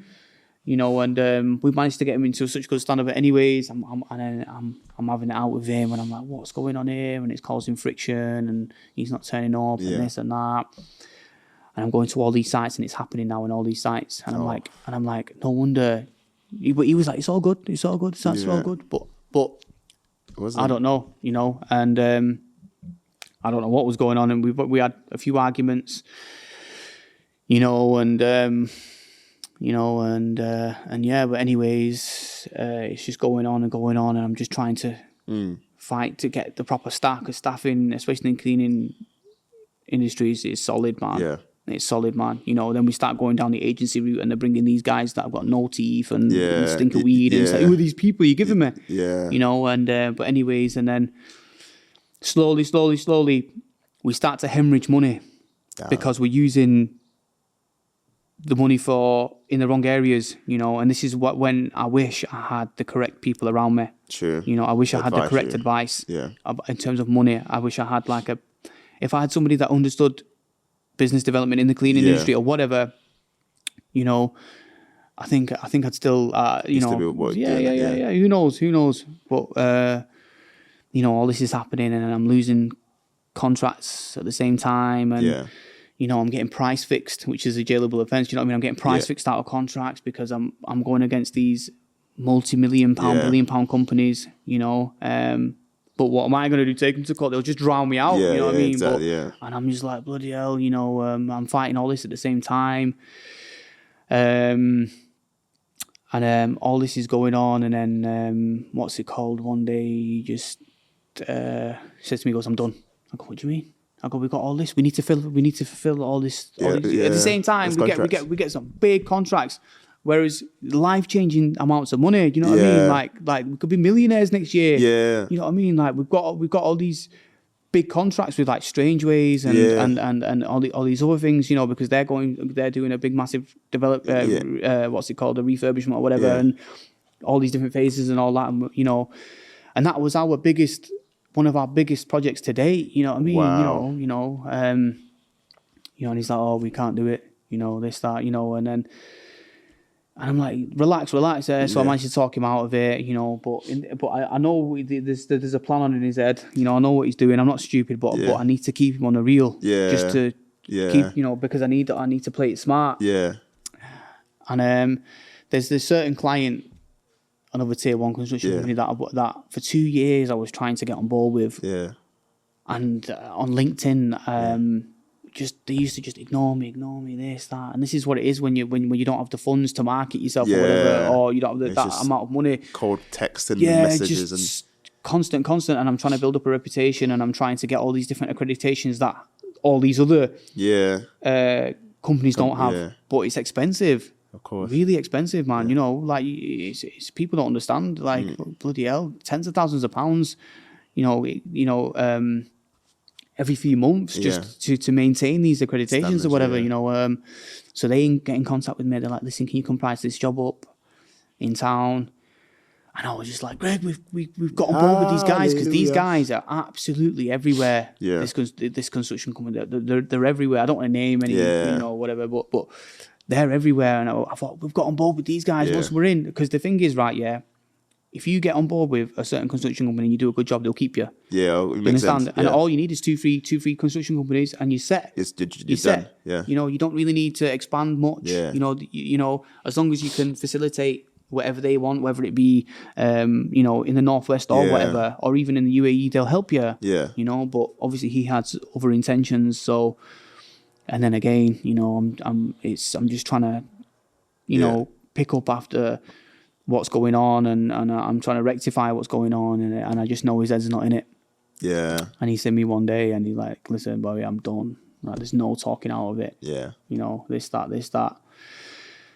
And I don't think his head was it anyway. I think he was way out of his depth. Yeah. You know, we tried or whatever, but I think there's just, again, I don't want to go into too much detail to what went on with him, you know, but I just feel like he really threw me under the bus, man. Damn. You know, he really threw me under the bus, and it is what it is. It was scummy what he did, man. Yeah. Bad, man. You don't do that to anybody. Yeah. You know what I mean? What he did. And again, he's not loyal to you. He's loyal to the need of you. Yeah. You know, and anyways, I carried on for a bit after that. I thought, again, I'm stubborn. I thought, I'm going to go out alone. But when he did that, right, again, boom, I'm down. Yeah. I'm down and out, man. I'm down and out. And I'm waking up first thing in the morning. I'm throwing up because I'm that scared. Yeah. Because I've got all this staff, right? We're hemorrhaging money. They're relying on me. Yeah, to feed families. To feed their families. Yeah. And I'm having issues with these clients because they're not paying me on time. You know, they need to pay me on time because I'm not as big as these other people. Yeah. Do you understand? Yeah. I don't want to go down the invoice financing route because because there's so many charges or whatever. And I'm trying, and, you know, I'm just about doing things and it's on my own, and it was just so hard, man. And, you know, and oh my God, it was crazy, bro, you know, and couldn't sleep, and I'm just, you know, just taking it on the chin. Yeah. Because they can't stand the sight of me. They're just like, listen, we just want it done. Yeah. Just get it done. Yeah. Some sites, they're getting other cleaning companies in, and that's so embarrassing when they do that, you know what I mean? And I'm just trying to do it, you know, and I'm getting mentally drained and all that. And then in the midst of all this, I get a company that wants to buy the company off me. You know, and I'm stubborn. I'm like, nah. No. You know what I mean? And you know what? Thinking about it, maybe I should have done, because the offer that they put on the table for me was a pretty sick offer. Yeah. You know, because they was like, listen, we'll buy the company off you. We'll give you a cash lump sum. Yeah. We'll give you a salary, and then we'll build it up Yeah. Right? We'll build it up to where it gets to like a £5 million company, and we'll give you 20%. Makes sense. It's life changing amounts of money in it. But I told him to swing it. At a time when I should have done it, I was like, nah, I do one. I don't know why, but I was just like, no, because it's mine, man. I'm proud. I'm like, yo. I knew who they were. They were sharks, man. Because they were sharks, man. I could see it in his eyes, and I was like, no chance, man. Because of the potential of the business, I was like, you know what? And the image, because we took Manchester by storm, man. You know, with the company, everyone's like, well, yeah, where these lot come from, and we're getting all these contracts left, right, and centre, and you know, a lot of these clients that had these long-lasting relationships with these other clean companies, they just dumping them, coming for us and all that, you know, because you know, but yeah, so I carried on for a bit, and it just got too much, man. I could just feel my health going downhill again, man. Yeah. You know, I had to scrap going out to the UAE, expanding out to the UAE, and that for me, that was a gap. That for me, I would have left everything here, and I would have just focused on the UAE. Yeah. Because out there, mate, you know, it's a gold mine, especially in the construction industry. And if you can get in there with them people, especially the Arabs and all that lot, you know what I mean? Sweet. You know, because my surname's Sheikh and all that lot, they might look at my passport and they were like, oh, Assalamu alaikum, brother. MashaAllah. Yeah, standard. Yeah, oh my God. You know what I mean? They look at my Mr. Sheikh. Like, yes. Yeah, baby. Yeah. Madness, do you know what I mean? But yeah, so anyways, he sailed off into the sunset. God knows what he's doing with his life now. So I ended up getting a phone call from a good mate of mine. Yeah. Who I used to sub a lot of work out to. He's got an exterior cleaning business. What's it called? Anyways, and he's like, oh, your business partner, I don't want to name him. He's like, yeah, so and so's rang me. And he's like, he's saying, oh, if he's got any work, do I fancy doing it for him? So in mind, I'm like, what a cheeky, going on? Yeah, son of a gunman, you know. Yeah. So I know what he's done. Who he's associated with, you know, they've probably seen the money. I don't know. God knows. He wants to do his own thing. You understand? Yeah. You know, and it's just slimy, man. Slimy. You know, you work together, you build it up and all that. But obviously, he's rinsed whatever he's rinsed. Yeah. You know, and he's took his money and he's effed off with it. You know what I mean? And then it got to a really uncomfortable stage where I was just like, I can't do it anymore, man. Yeah. Can't do it anymore. Can't do this. I'm done. It's just too much pressure. Yeah. You know, I'd rather go out fighting rather than selling my soul. You know, he would have sold his soul in a heartbeat like that. You know what I mean? And then I was like, shall I try and approach these people again? But I'm like, no, fuck that, because then they'll just tell me to swing it. You know what I mean? But it is what it is. And again, find myself down again. You know, because I never thought I'd be in that situation of losing my business, you know, because I worked so hard and tooth and nail. You know what I mean? I sacrificed my health and everything, and I just thought, you know what, I got rid of it. Yeah. You know, cashed out whatever I cashed out, and took a bit of a career break, man, and took a bit of a career break, and here I am. Yeah. Here I am, man. You know, and I was in it. That happened. That happened. Yeah. And again, that was that, you know, lost my day. I was like, oh my God, you know. And then I had a bit of free time, and then I'm trying to, like, you know, reconnect with certain family members, like my brother, you know, my little brother. You know, he's a good guy, man. Yeah. You know, my little brother, and AJ. You know, and he's passionate about bars, and, you know, he's got his own little style, you know, and he's such a good kid, man. He's been raised right, you know what I mean? And I feel like whatever I wanted to be, I can see him doing it. Yeah. You know what I mean? So even I'm not past it in whatever, you know, I'm still smack bang in my hand, but I feel like I'm weathered a bit, you know, because of what I've been through, and I feel like I'd love to invest whatever I've got, my time, money, anything, into him. Yeah. You know, because he's at that ripe age of you know, he can do it, you know, because you know, and I feel like that's what I want to do, you know, at some point in life, and you know, and I'm, you know, reconnecting with him, you know, and slowly, you know, because we didn't really have a relationship. Yeah. It was once every blue moon. Yeah. So what's that been past like? couple of years, it's been all right. At first, he was very nervous because when I shot the business, I kind of like reconnected with him. Yeah. His family probably still not bloody like me. I don't, God knows. I don't know. It's hard, innit? Because that's his son. That's their son. But they don't understand. That's my brother. You know what I mean? There was a life before you guys. Yeah. But it is what it is. And so kind of reconnected with him and, see him every now and again. And, he's proud of me, man. But obviously he doesn't know the battles I fight, I sometimes I do have to put a mask on and stuff because I don't want to show any weakness or whatever, you know what I mean? Because he's proud of his big brother. Yeah. You know what I mean? And that's what I want to be, even though I might be down and out or whatever, I still want to, I might be kidding myself a little bit or whatever, but I just want him to see, his brother's doing well in life, and it is what it is. It is what it is, so everything's going well with him. And then obviously my sister. Yeah. Obviously she was going through her bits and bobs. Me and her were very similar. We were both in care. We both had relationship breakdowns in care, and we went on to fend for ourselves. Everybody else they come from good families. They've got their own stuff going on, but it was nothing like what me and my sister were going through. Nothing. Yeah, you can have your own bits and bobs, but it was nothing compared to it. And that's why me and her kind of like confiding in each other. We didn't really speak as much as your siblings would do, but she was always there and I was always there. And but obviously she kept a lot of things private, just like how I kept a lot of things private. Certain things that I told you today, nobody knew, but anyways, it is what it is. And I kind of found out, later on about her, whatever. And she was struggling, I was struggling, and and slowly throughout like the year,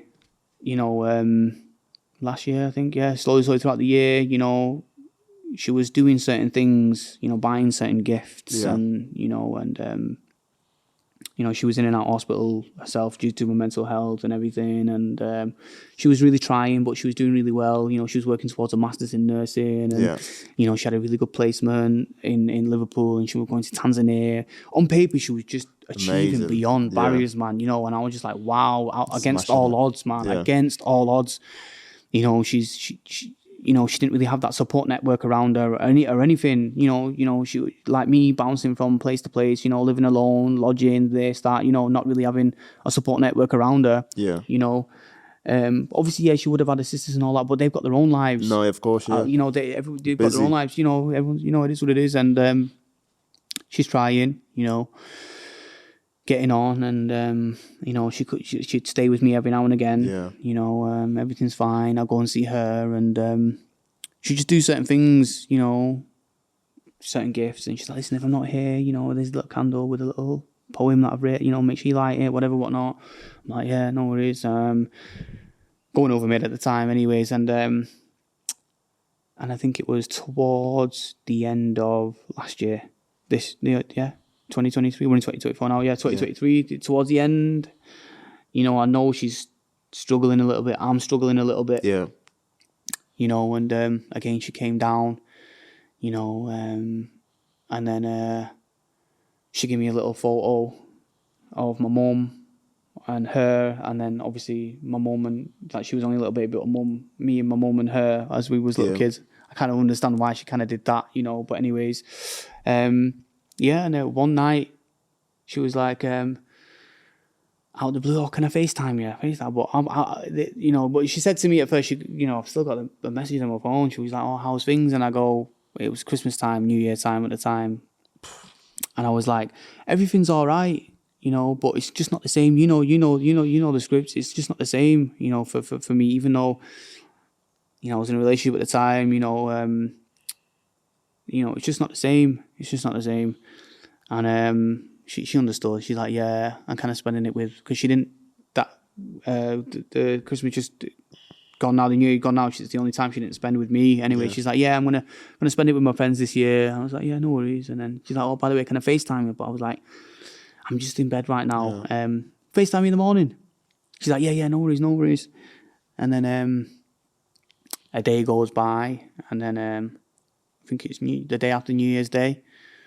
I Happy New Year, this and that, but nothing. I was like, it is what it is. And then she kind of like took herself off Instagram, and I'm like, what's going on here? This is a bit weird. Anyways, I messaged her, I said, listen, I hope everything's all right. You know, I hope you're good. Nothing. And then my brother, who I don't really talk to, I don't know why, you know, but he's like 27, you know, one above AJ. Never really speaks to me for some. I don't know why. Never really had a relationship with him, even though I want a relationship with him.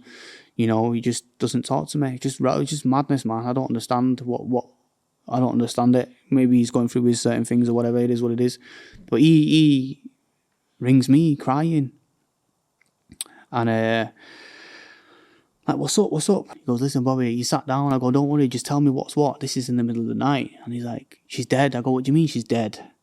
You know, I'm like, what do you mean she's dead? Merseyside police have come to the door. So anyways, I go to see him, and, you know, just to, you know, like comfort him or whatever. And then I go to see my sister the next day at the mortuary, and it was horrible seeing my baby sister in that state. I've not been the same since now. This was what, 6 months ago. Do you know what I mean? Yeah. You know, and I think she helped me through a lot. You know, and we spoke a lot. You know, and she always used to say to me, "I'm so proud of you. You know, you make mum proud." You know, but I think she just missed mum. You know what I mean? And I think she just wanted to be with her mum, you know, just like me. Yeah. You know, but I'm tenacious. You know what I mean? Like whatever life throws at me, I'm gonna come at it. She did a lot. You know, she always spoke about grief. Yeah. You know, and loss. You know, and she did a lot of like. You know, I think she did a play, you know, I think it's like The Ugly Bucket, you know, she did a lot of stuff like that, you know, to talk about grief. She's got a book. I totally forgot the name of the book, man. But it's to do with The Ugly Bucket, it's called, and I think that's the book. And then it was talking to her mates and everything, you know, she had a funeral, and the amount of people that was there, like we was at the funeral place, and it just a sea of people right out the door. She did the impact she had on people was madness. Just I'm just still coming to terms with it today, bro. You know what I mean? Like you know, there's times where I've wanted to end it, like on my stairs, you know, I've got a little shrine of her and that, and I'm stood at the banister at like 3 a.m. thinking, I just want to be with my sister and my mum, you know, because I'm done, you know, and that's that.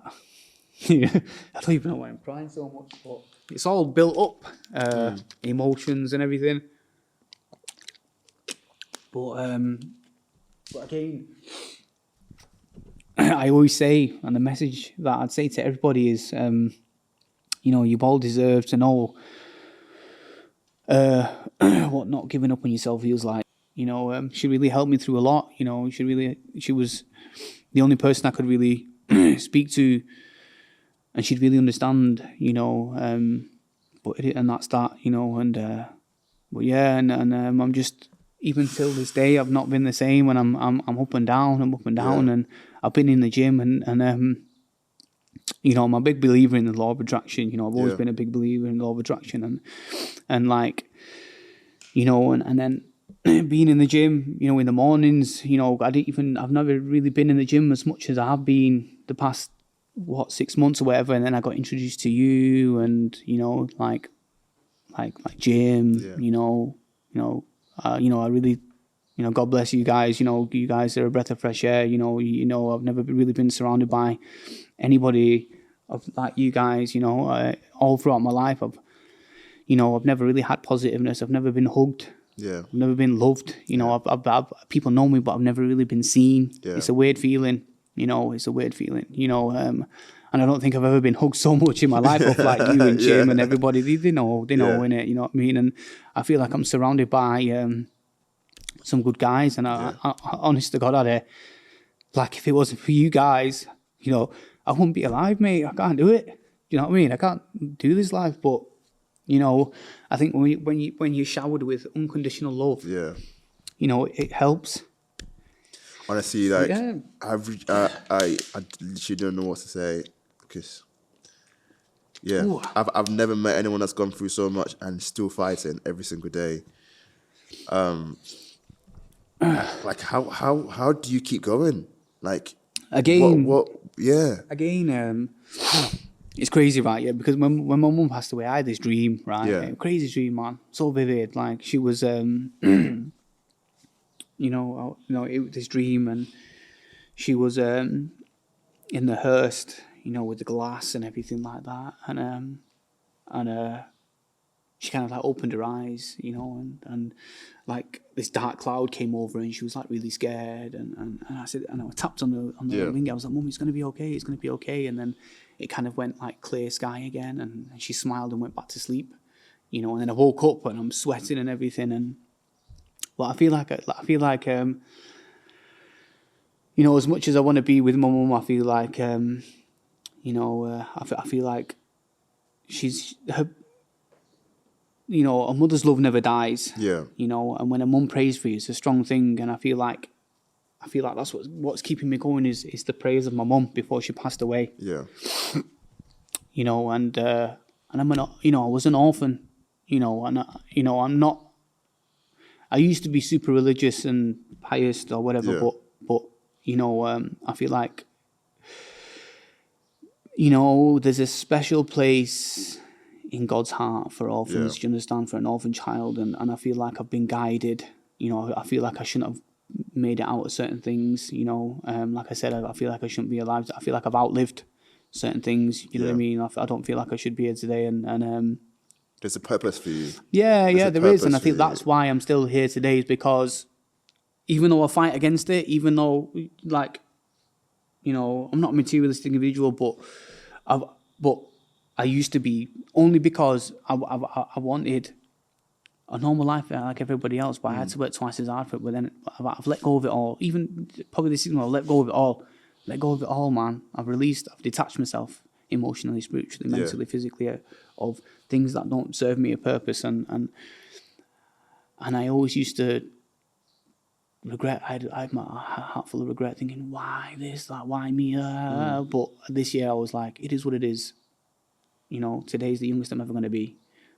So I need to take that jump, you understand? And, you know, all your goals and your fears, all your goals and your aspirations are the other side of fear. Yeah. You know, and that's why, you know, I took the jump and swallowed a lot of things. I was like, I want to, you know, let's do this podcast. And I was actually up in the woods yesterday practicing, you know, just practicing, not just for this, but just for content in general. Like, hi, my name's Boy, you know, this is what I'm going to do. This is just, you know, you should have seen it. We're creating. It was so awkward, man. Even though there was like birds chirping, I'm like, look, do you know what I mean? It was weird. You know what you're looking at. Yeah. You know what I mean? It was weird, and honest to God, it took about 20 different takes, and I started getting to get comfortable in the camera, because, like, it's somebody, you know, I'm walking up and down, pacing around. I'm just making the camera follow me, and I'm just talking about my life, and you know. So that's that. How do you want your sister and your mum to be remembered, and your dad as well? Well, I think I truly believe that if it wasn't for me, right, none of my brothers and sisters would be in the positions they're in now. Yeah. Yeah. They might agree, they might disagree. You know, but I feel like I sacrificed myself in a way to make sure that they had a good life. Yeah. But they don't see that. But it's all good. But I just want them to be grateful for that. That's it. That's all I want. You know, if I go tomorrow, you know, I want them to understand that. You know, like I've got a good poker face. They might not think that, I've had whatever. There's, you know, I'm not here to point score or whatever. Yeah. You know, but I could have been selfish, and I could have said, no, I want to stay with my mum and dad or whatever. I'm not going to do that. But I made that decision to take my brothers and sisters at a young age, and that's what changed it for me. And I've suffered ever since then. I've suffered. It's been loss and suffer, but it is what it is. But you know, at the expense of me, they've got it good. Yeah, they've had ups and downs mentally because obviously, it's, you know, they go through things, but they're a lot better. They've had a lot better life than I've had. Yeah, and it is what it is. You know, and I just want to be remembered. I want them to remember me as just as a big brother or the son who just never give up, who always fought, you know, who was tenacious, persistent, you know, who never give up, you know, who always knew that there's, you know, what if there's something there, you know, and just to not, like I said before, just to not understand what it feels like to never give up, you know, and that's what it is, you know. And I just want them to remember me, just to, you know, I'm you know, that I'm a good person, you know. And even though, you know, I fly under the radar, you know, I just want them to know that I sacrificed myself for them. Yeah. You know, I did it all for them, you know. They might not see it. Yeah. But it's all good. Yeah. You know, like I said, you know. But, you know, and you know, and it's, and I don't know. I don't know. Yeah. Maybe, you know, I don't know. We might need some time to think on that, you know. But so, like, how are you looking after yourself in all, like, through all this? I think are you looking after yourself? Yeah, you know, it's the norm for me, this, but it's not normal. No. And it's taken a toll on my body, you know, and I've never reached out to anybody because it's the cliche thing. I don't want to sound like I'm moaning. I don't know, but it's the norm for me. But when I come across people and I talk about my life, the shock on their face. Like, the first time you told me, like, just a short version, lost for words. Yeah, because I've never met anyone that's gone through so much. But like when you see you in the gym, you're just like, yeah, it's Bobby, yeah, it's Bobby. Yeah. And that's how. But what people don't realize is that takes so much mental energy. Yeah, I can imagine. I go home and I'm exhausted. Yeah, you know, like. You know, and that's why I'm so glad for this career break, because after the gym, I'm just at home and I'm just laid down because the amount of energy it's took to get outside of the house. You know, I suffer from anxiety a lot, especially social anxiety. You know, but you won't know it. But it's because I'm not letting it get the better of me. But that mindset itself is powerful. It's draining at the same time. It's powerful but draining. And I think. I've had talking therapies with the NHS and stuff like that, but there's a Andy Man's Club. I've not gone, but I've always wanted to go. But I've always talked myself out at the last minute because it's like we spoke about what we spoke about today. Yeah, I'm worried about the drive home. Yeah, right, because it's still going to be in my head because I brought up all these emotions that have been suppressed for so many years, and I've spoke about things that not even my own siblings know about. Right.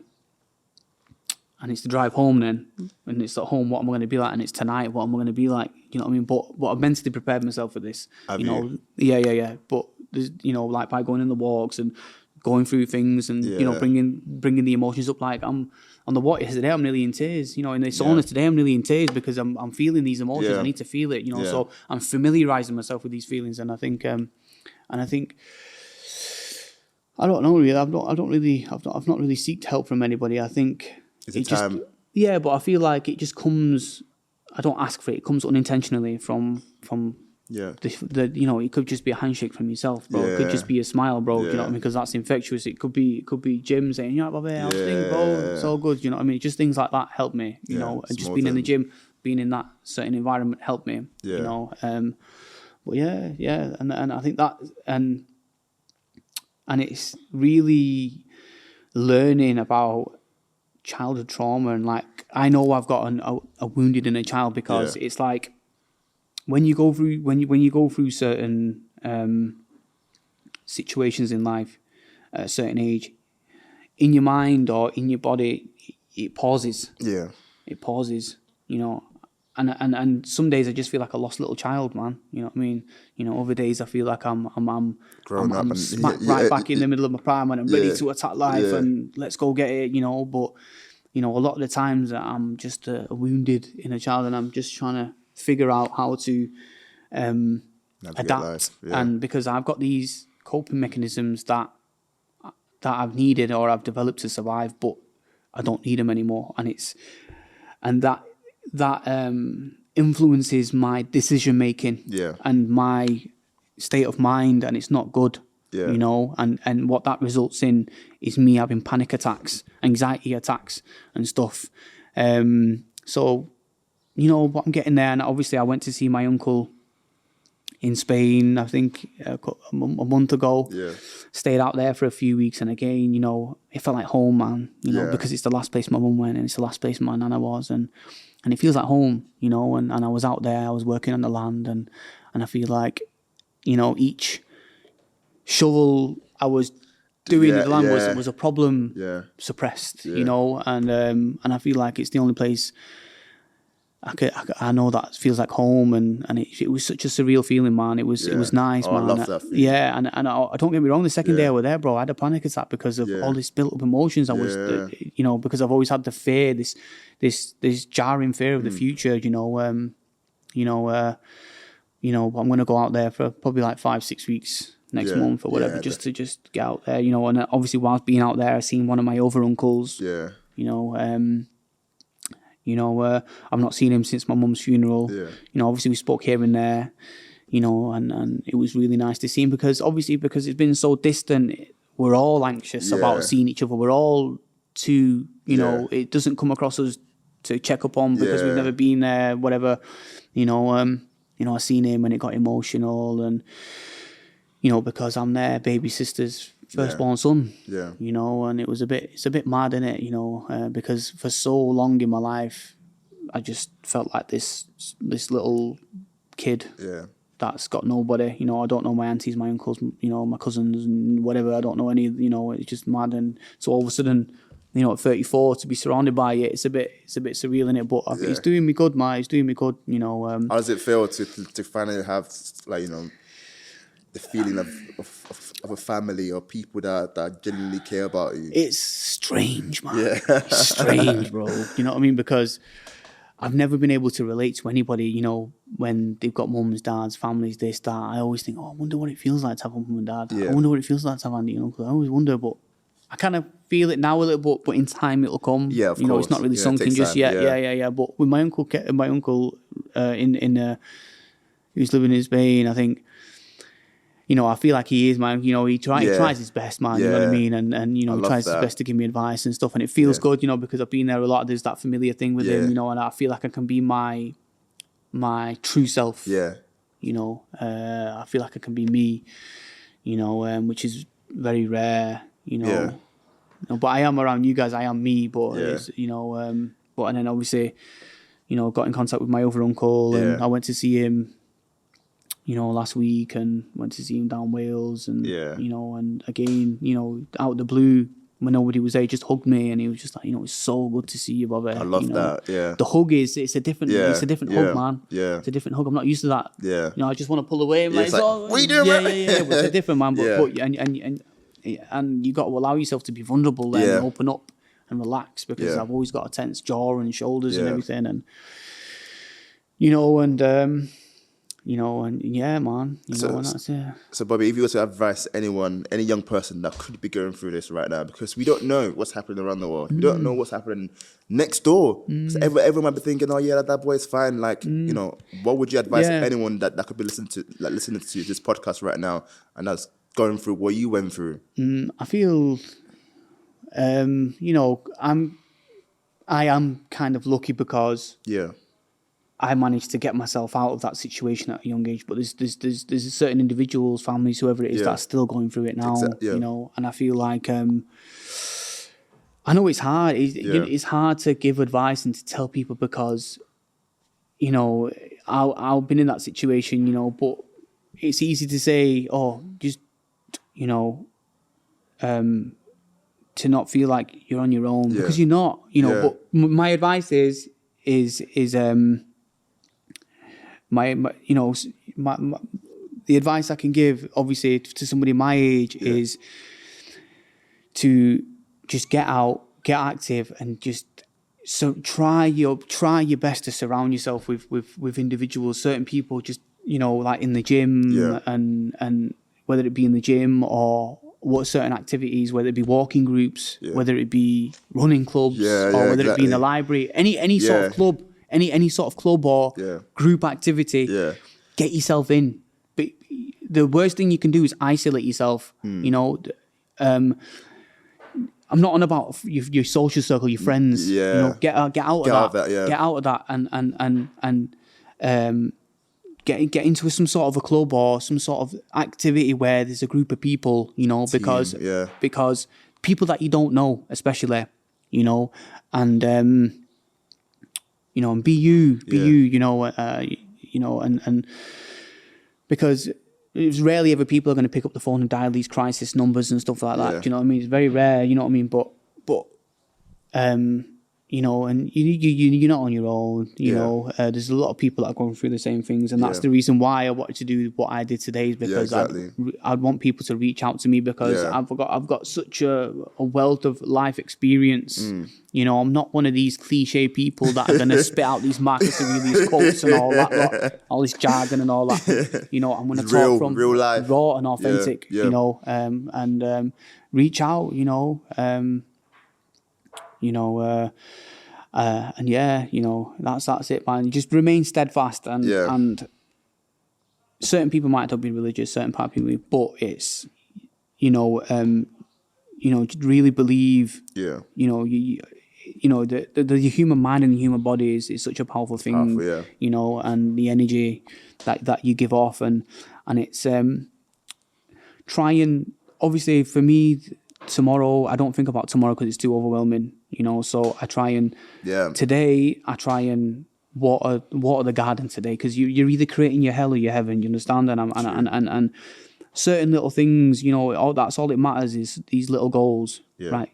Clean your bedroom, that's small steps, hoover, take care of yourself, because if you look good, you feel good, you do good, you understand? And that's one thing that I've always done, so I've always, whether it be your parents or gym or health or anything, so and it's routine. Routine. You need a routine, man. You need structure. Even though you don't know where you're going in life, create structure. Right? Okay, I'm going to get up at this time. I'm going to have food at this time. I'm going to do this at this time. It's structure, because all these different things, they'll take your mind off dwelling on certain things. Like me, even today, I can't have an iota of free time because my mind wanders. Like free time for me is the sauna. Is the gym. Yeah, makes sense. Do you understand? I need to be busy, but I think that's just a fight or flight. But I'm still learning. I'm still learning, bro. Yeah. I love that. I'm just lost for word, and also like really grateful for you sharing your story, because I feel like there will be people out there listening to this, and hopefully this can impact them in a positive way, and they can open up, speak to other people, and realize that they're not going through this alone. So what's next for you? Like, what's the plan? If there is a plan, there's no need for a plan. I'm just winging it in life. Day by day. But I think what I would love to do. And I'm obviously, it's the early stages and I'm the planning stages, and I just want to surround myself with the right people.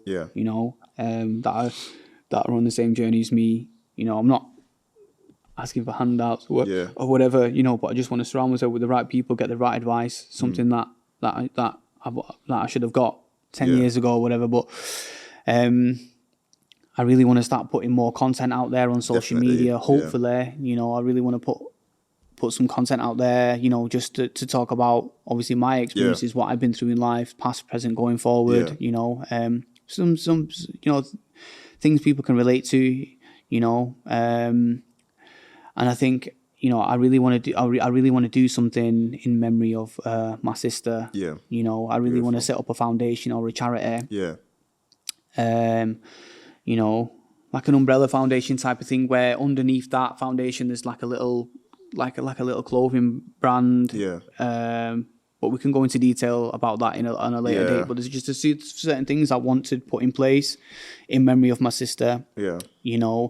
and a portion of, you know, the profits from that will go towards helping orphans, especially in the care system, children in the care system, and going towards more support for children that leave in care, because it's such a scary thing, you know, and don't get me wrong, there is certain individuals out there that have left care that are flourishing, but flourishing, you know, that are achieving loads, but I feel like, you know, they shouldn't have to, you know, deal with it, you know, and I want to put systems in place, you know, where they can, where it supports them.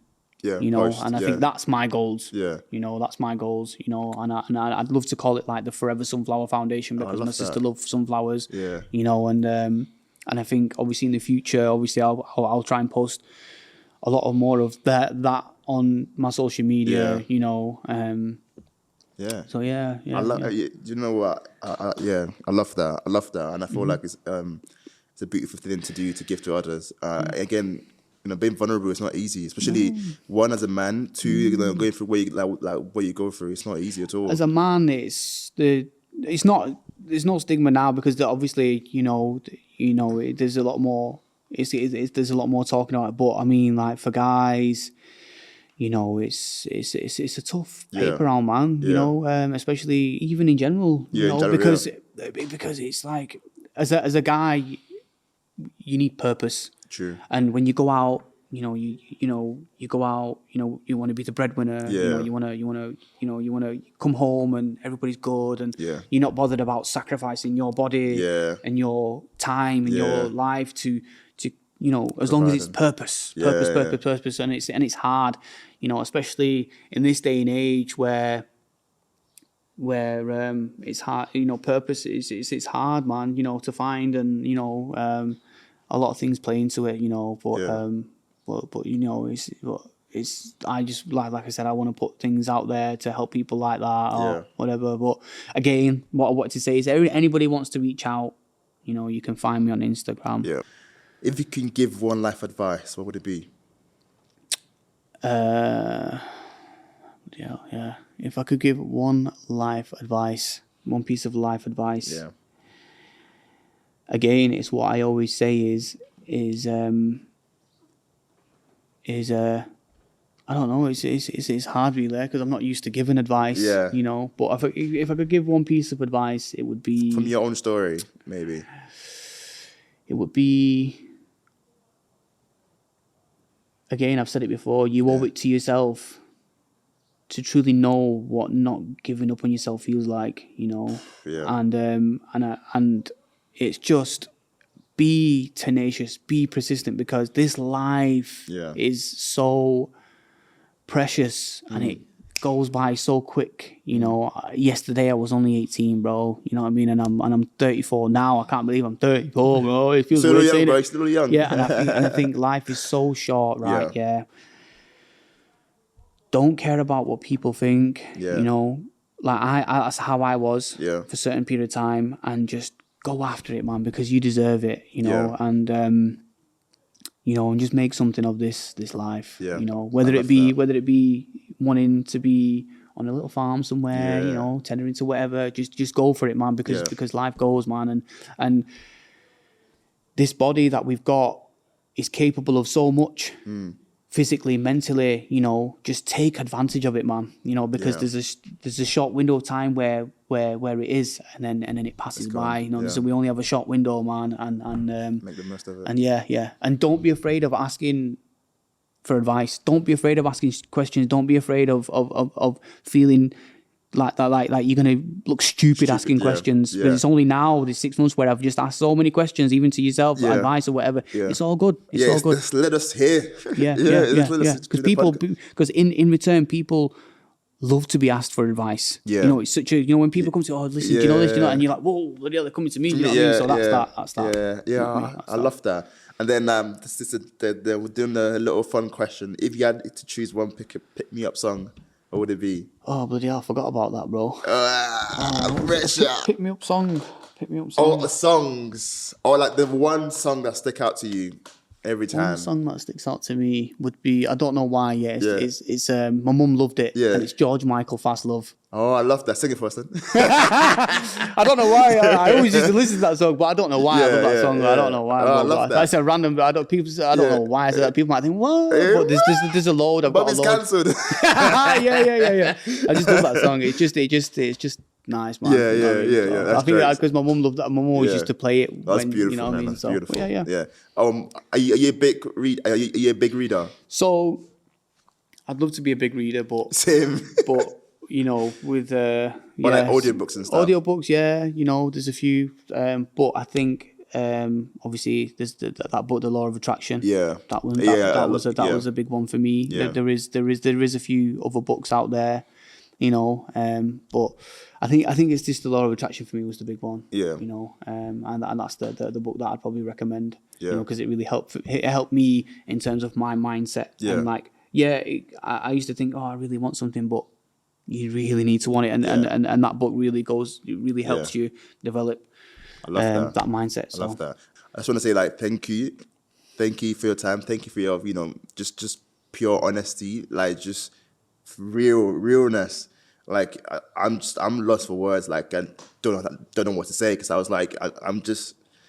Yeah, I've never met someone so strong as you, and been through so much and still standing and still fighting every single day. For me, you're an inspiration to me, and I know your story is going to inspire a lot of people out there, and I can't wait for you to get started in the content creation. Yeah, I think it's my calling anyway. And I love podcasts. I love this whole setup, and I do, and I appreciate you for giving me your time and allowing me to sit here and with the ups and downs and everything. Thank you, I do appreciate it, bro. Appreciate it, bro.